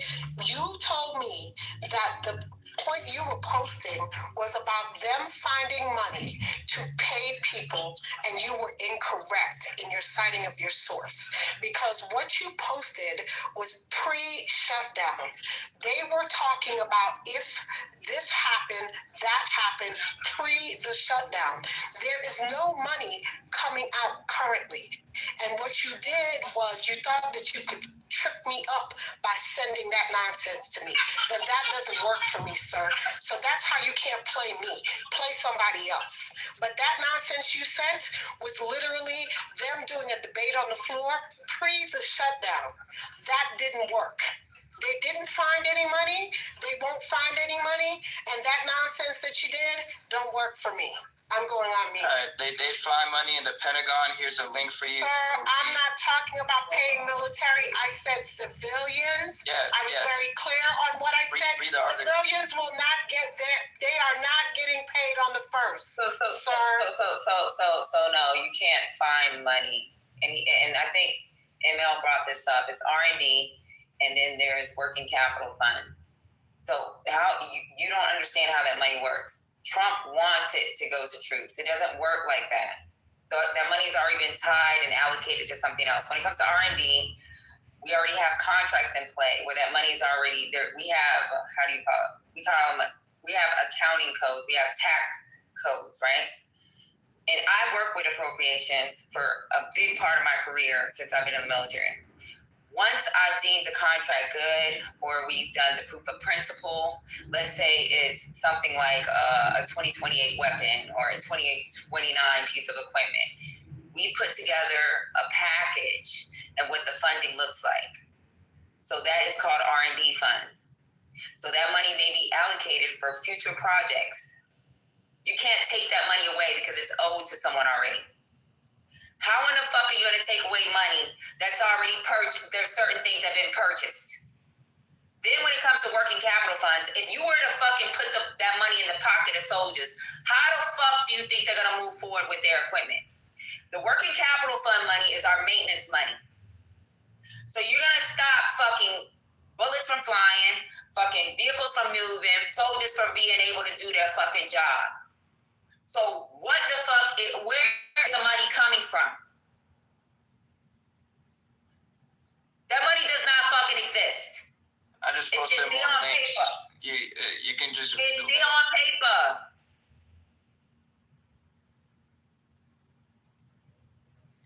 They got a whole, for those they of don't you know worried the about food. Sir, they don't know, Sir, you do not know the difference between appropriated and non-appropriated funds. You have no, sir, you are speaking to people that understand these lanes that are actual subject matter experts. I really need you to stop. Like immediately. Like stop. Stop what? Really stop. Sir, she literally explained this to you, and you want to debate this. Maybe there's some money that he's talking about that's outside of fucking R&D. Where? In the sky, in the plane, in the fucking where? Let him say what he got to say. Because this shit is weird to me. There's $300 million going towards shut down WIC food programs for people. You know what? Like, it's all good. You guys. You're right. You know what? Ruben, I'm gonna give that to you. If we can take fucking formula money from poor kids or people that qualify from WIC, go ahead and pay the soldier. There you go. If that's the plan, is to take away WIC, then that's fine. No, it's not taking away. It's $300 million being funded to WIC during the government shutdown. From tariff money. It says it in the article from AP, Patty. It says let me ask you a question. I want y'all to answer this, both of you. And you guys, do the Google search and let me know. How do you move money that's been appropriated for one area of a government to the other? I make it not appropriated all of a sudden because I want to know how you do this because I've never seen it done. No, let them answer that. I want you guys to find out and let me know. And once you let me know, then I'll talk to my boss and we'll figure this out. I'm trying to figure it out. Real quick. Hold on, guys. Hold on. So how do you? Where's the money from how do you appropriate money from tariffs? Yeah. What? The money from the tariffs. Hold on, real quick. Let me explain. The money from the tariffs wasn't appropriated by Congress. So if he's taking tariff money, that's what they're going to use. That's money going to the Treasury. It has nothing to do with what Congress approved because his tariffs came into effect this year. Congress didn't approve his tariffs, so what are we talking about? Yeah, there's definitely concern in regards to the lack of oversight of that. However, he is using surplus funds via tariffs, RDT&E, and etc. To basically provide funds for, just... And who collected this tariff money? Who collected this tariff money? The Treasury does. National government. $125 billion up through August. That's not how it goes. The tariffs go straight to customs. Tariffs go from customs straight to U.S. Treasury, and then from U.S. Treasury to Congress. $165 billion. Because y'all don't understand how that money moves. Once Congress get the money, they're the ones that authorize and appropriate the spending of those receipts. It has nothing to do with the Treasury says at all. I mean, this ain't an Oprah Winfrey show, bro. Do you know how? Let me tell you why I know how that money moves. Because I beg. I am the nigga that begs the OMB for a little bit of change. I am the one that has to say, this is what we spent last year, and I'm doing this for FEMA right now. And I have to say, this is what we need next year based off, and I'm the one that's begging. I'm the one that's saying, please, please, please, give me some money. And they're telling me, I need X amount of dollars, but we're going to give you 2 cents. So when you're talking about something, when it comes to funding and appropriations, get at me, dog. So if these funds are being paid through tariffs, why are the Republicans trying to cut the SNAP benefits and WIC to mothers and children? Exactly. I don't know. Because they've got $125 trillion to fucking pay. You could just say every fucking thing. You guys are fucking weirdos. You don't know what the fuck y'all are talking about. GTP and And as a matter of yes, the president can. Hold on real quick. This is the president can. Right? This is what a lot of people don't understand. They're not There's no receipt. Federal receipt. They are federal receipts. And receipts have already been offsetted. That's what y'all don't understand. Trump moved the money around. The New York Times explained it. Okay, so Omari, you're next.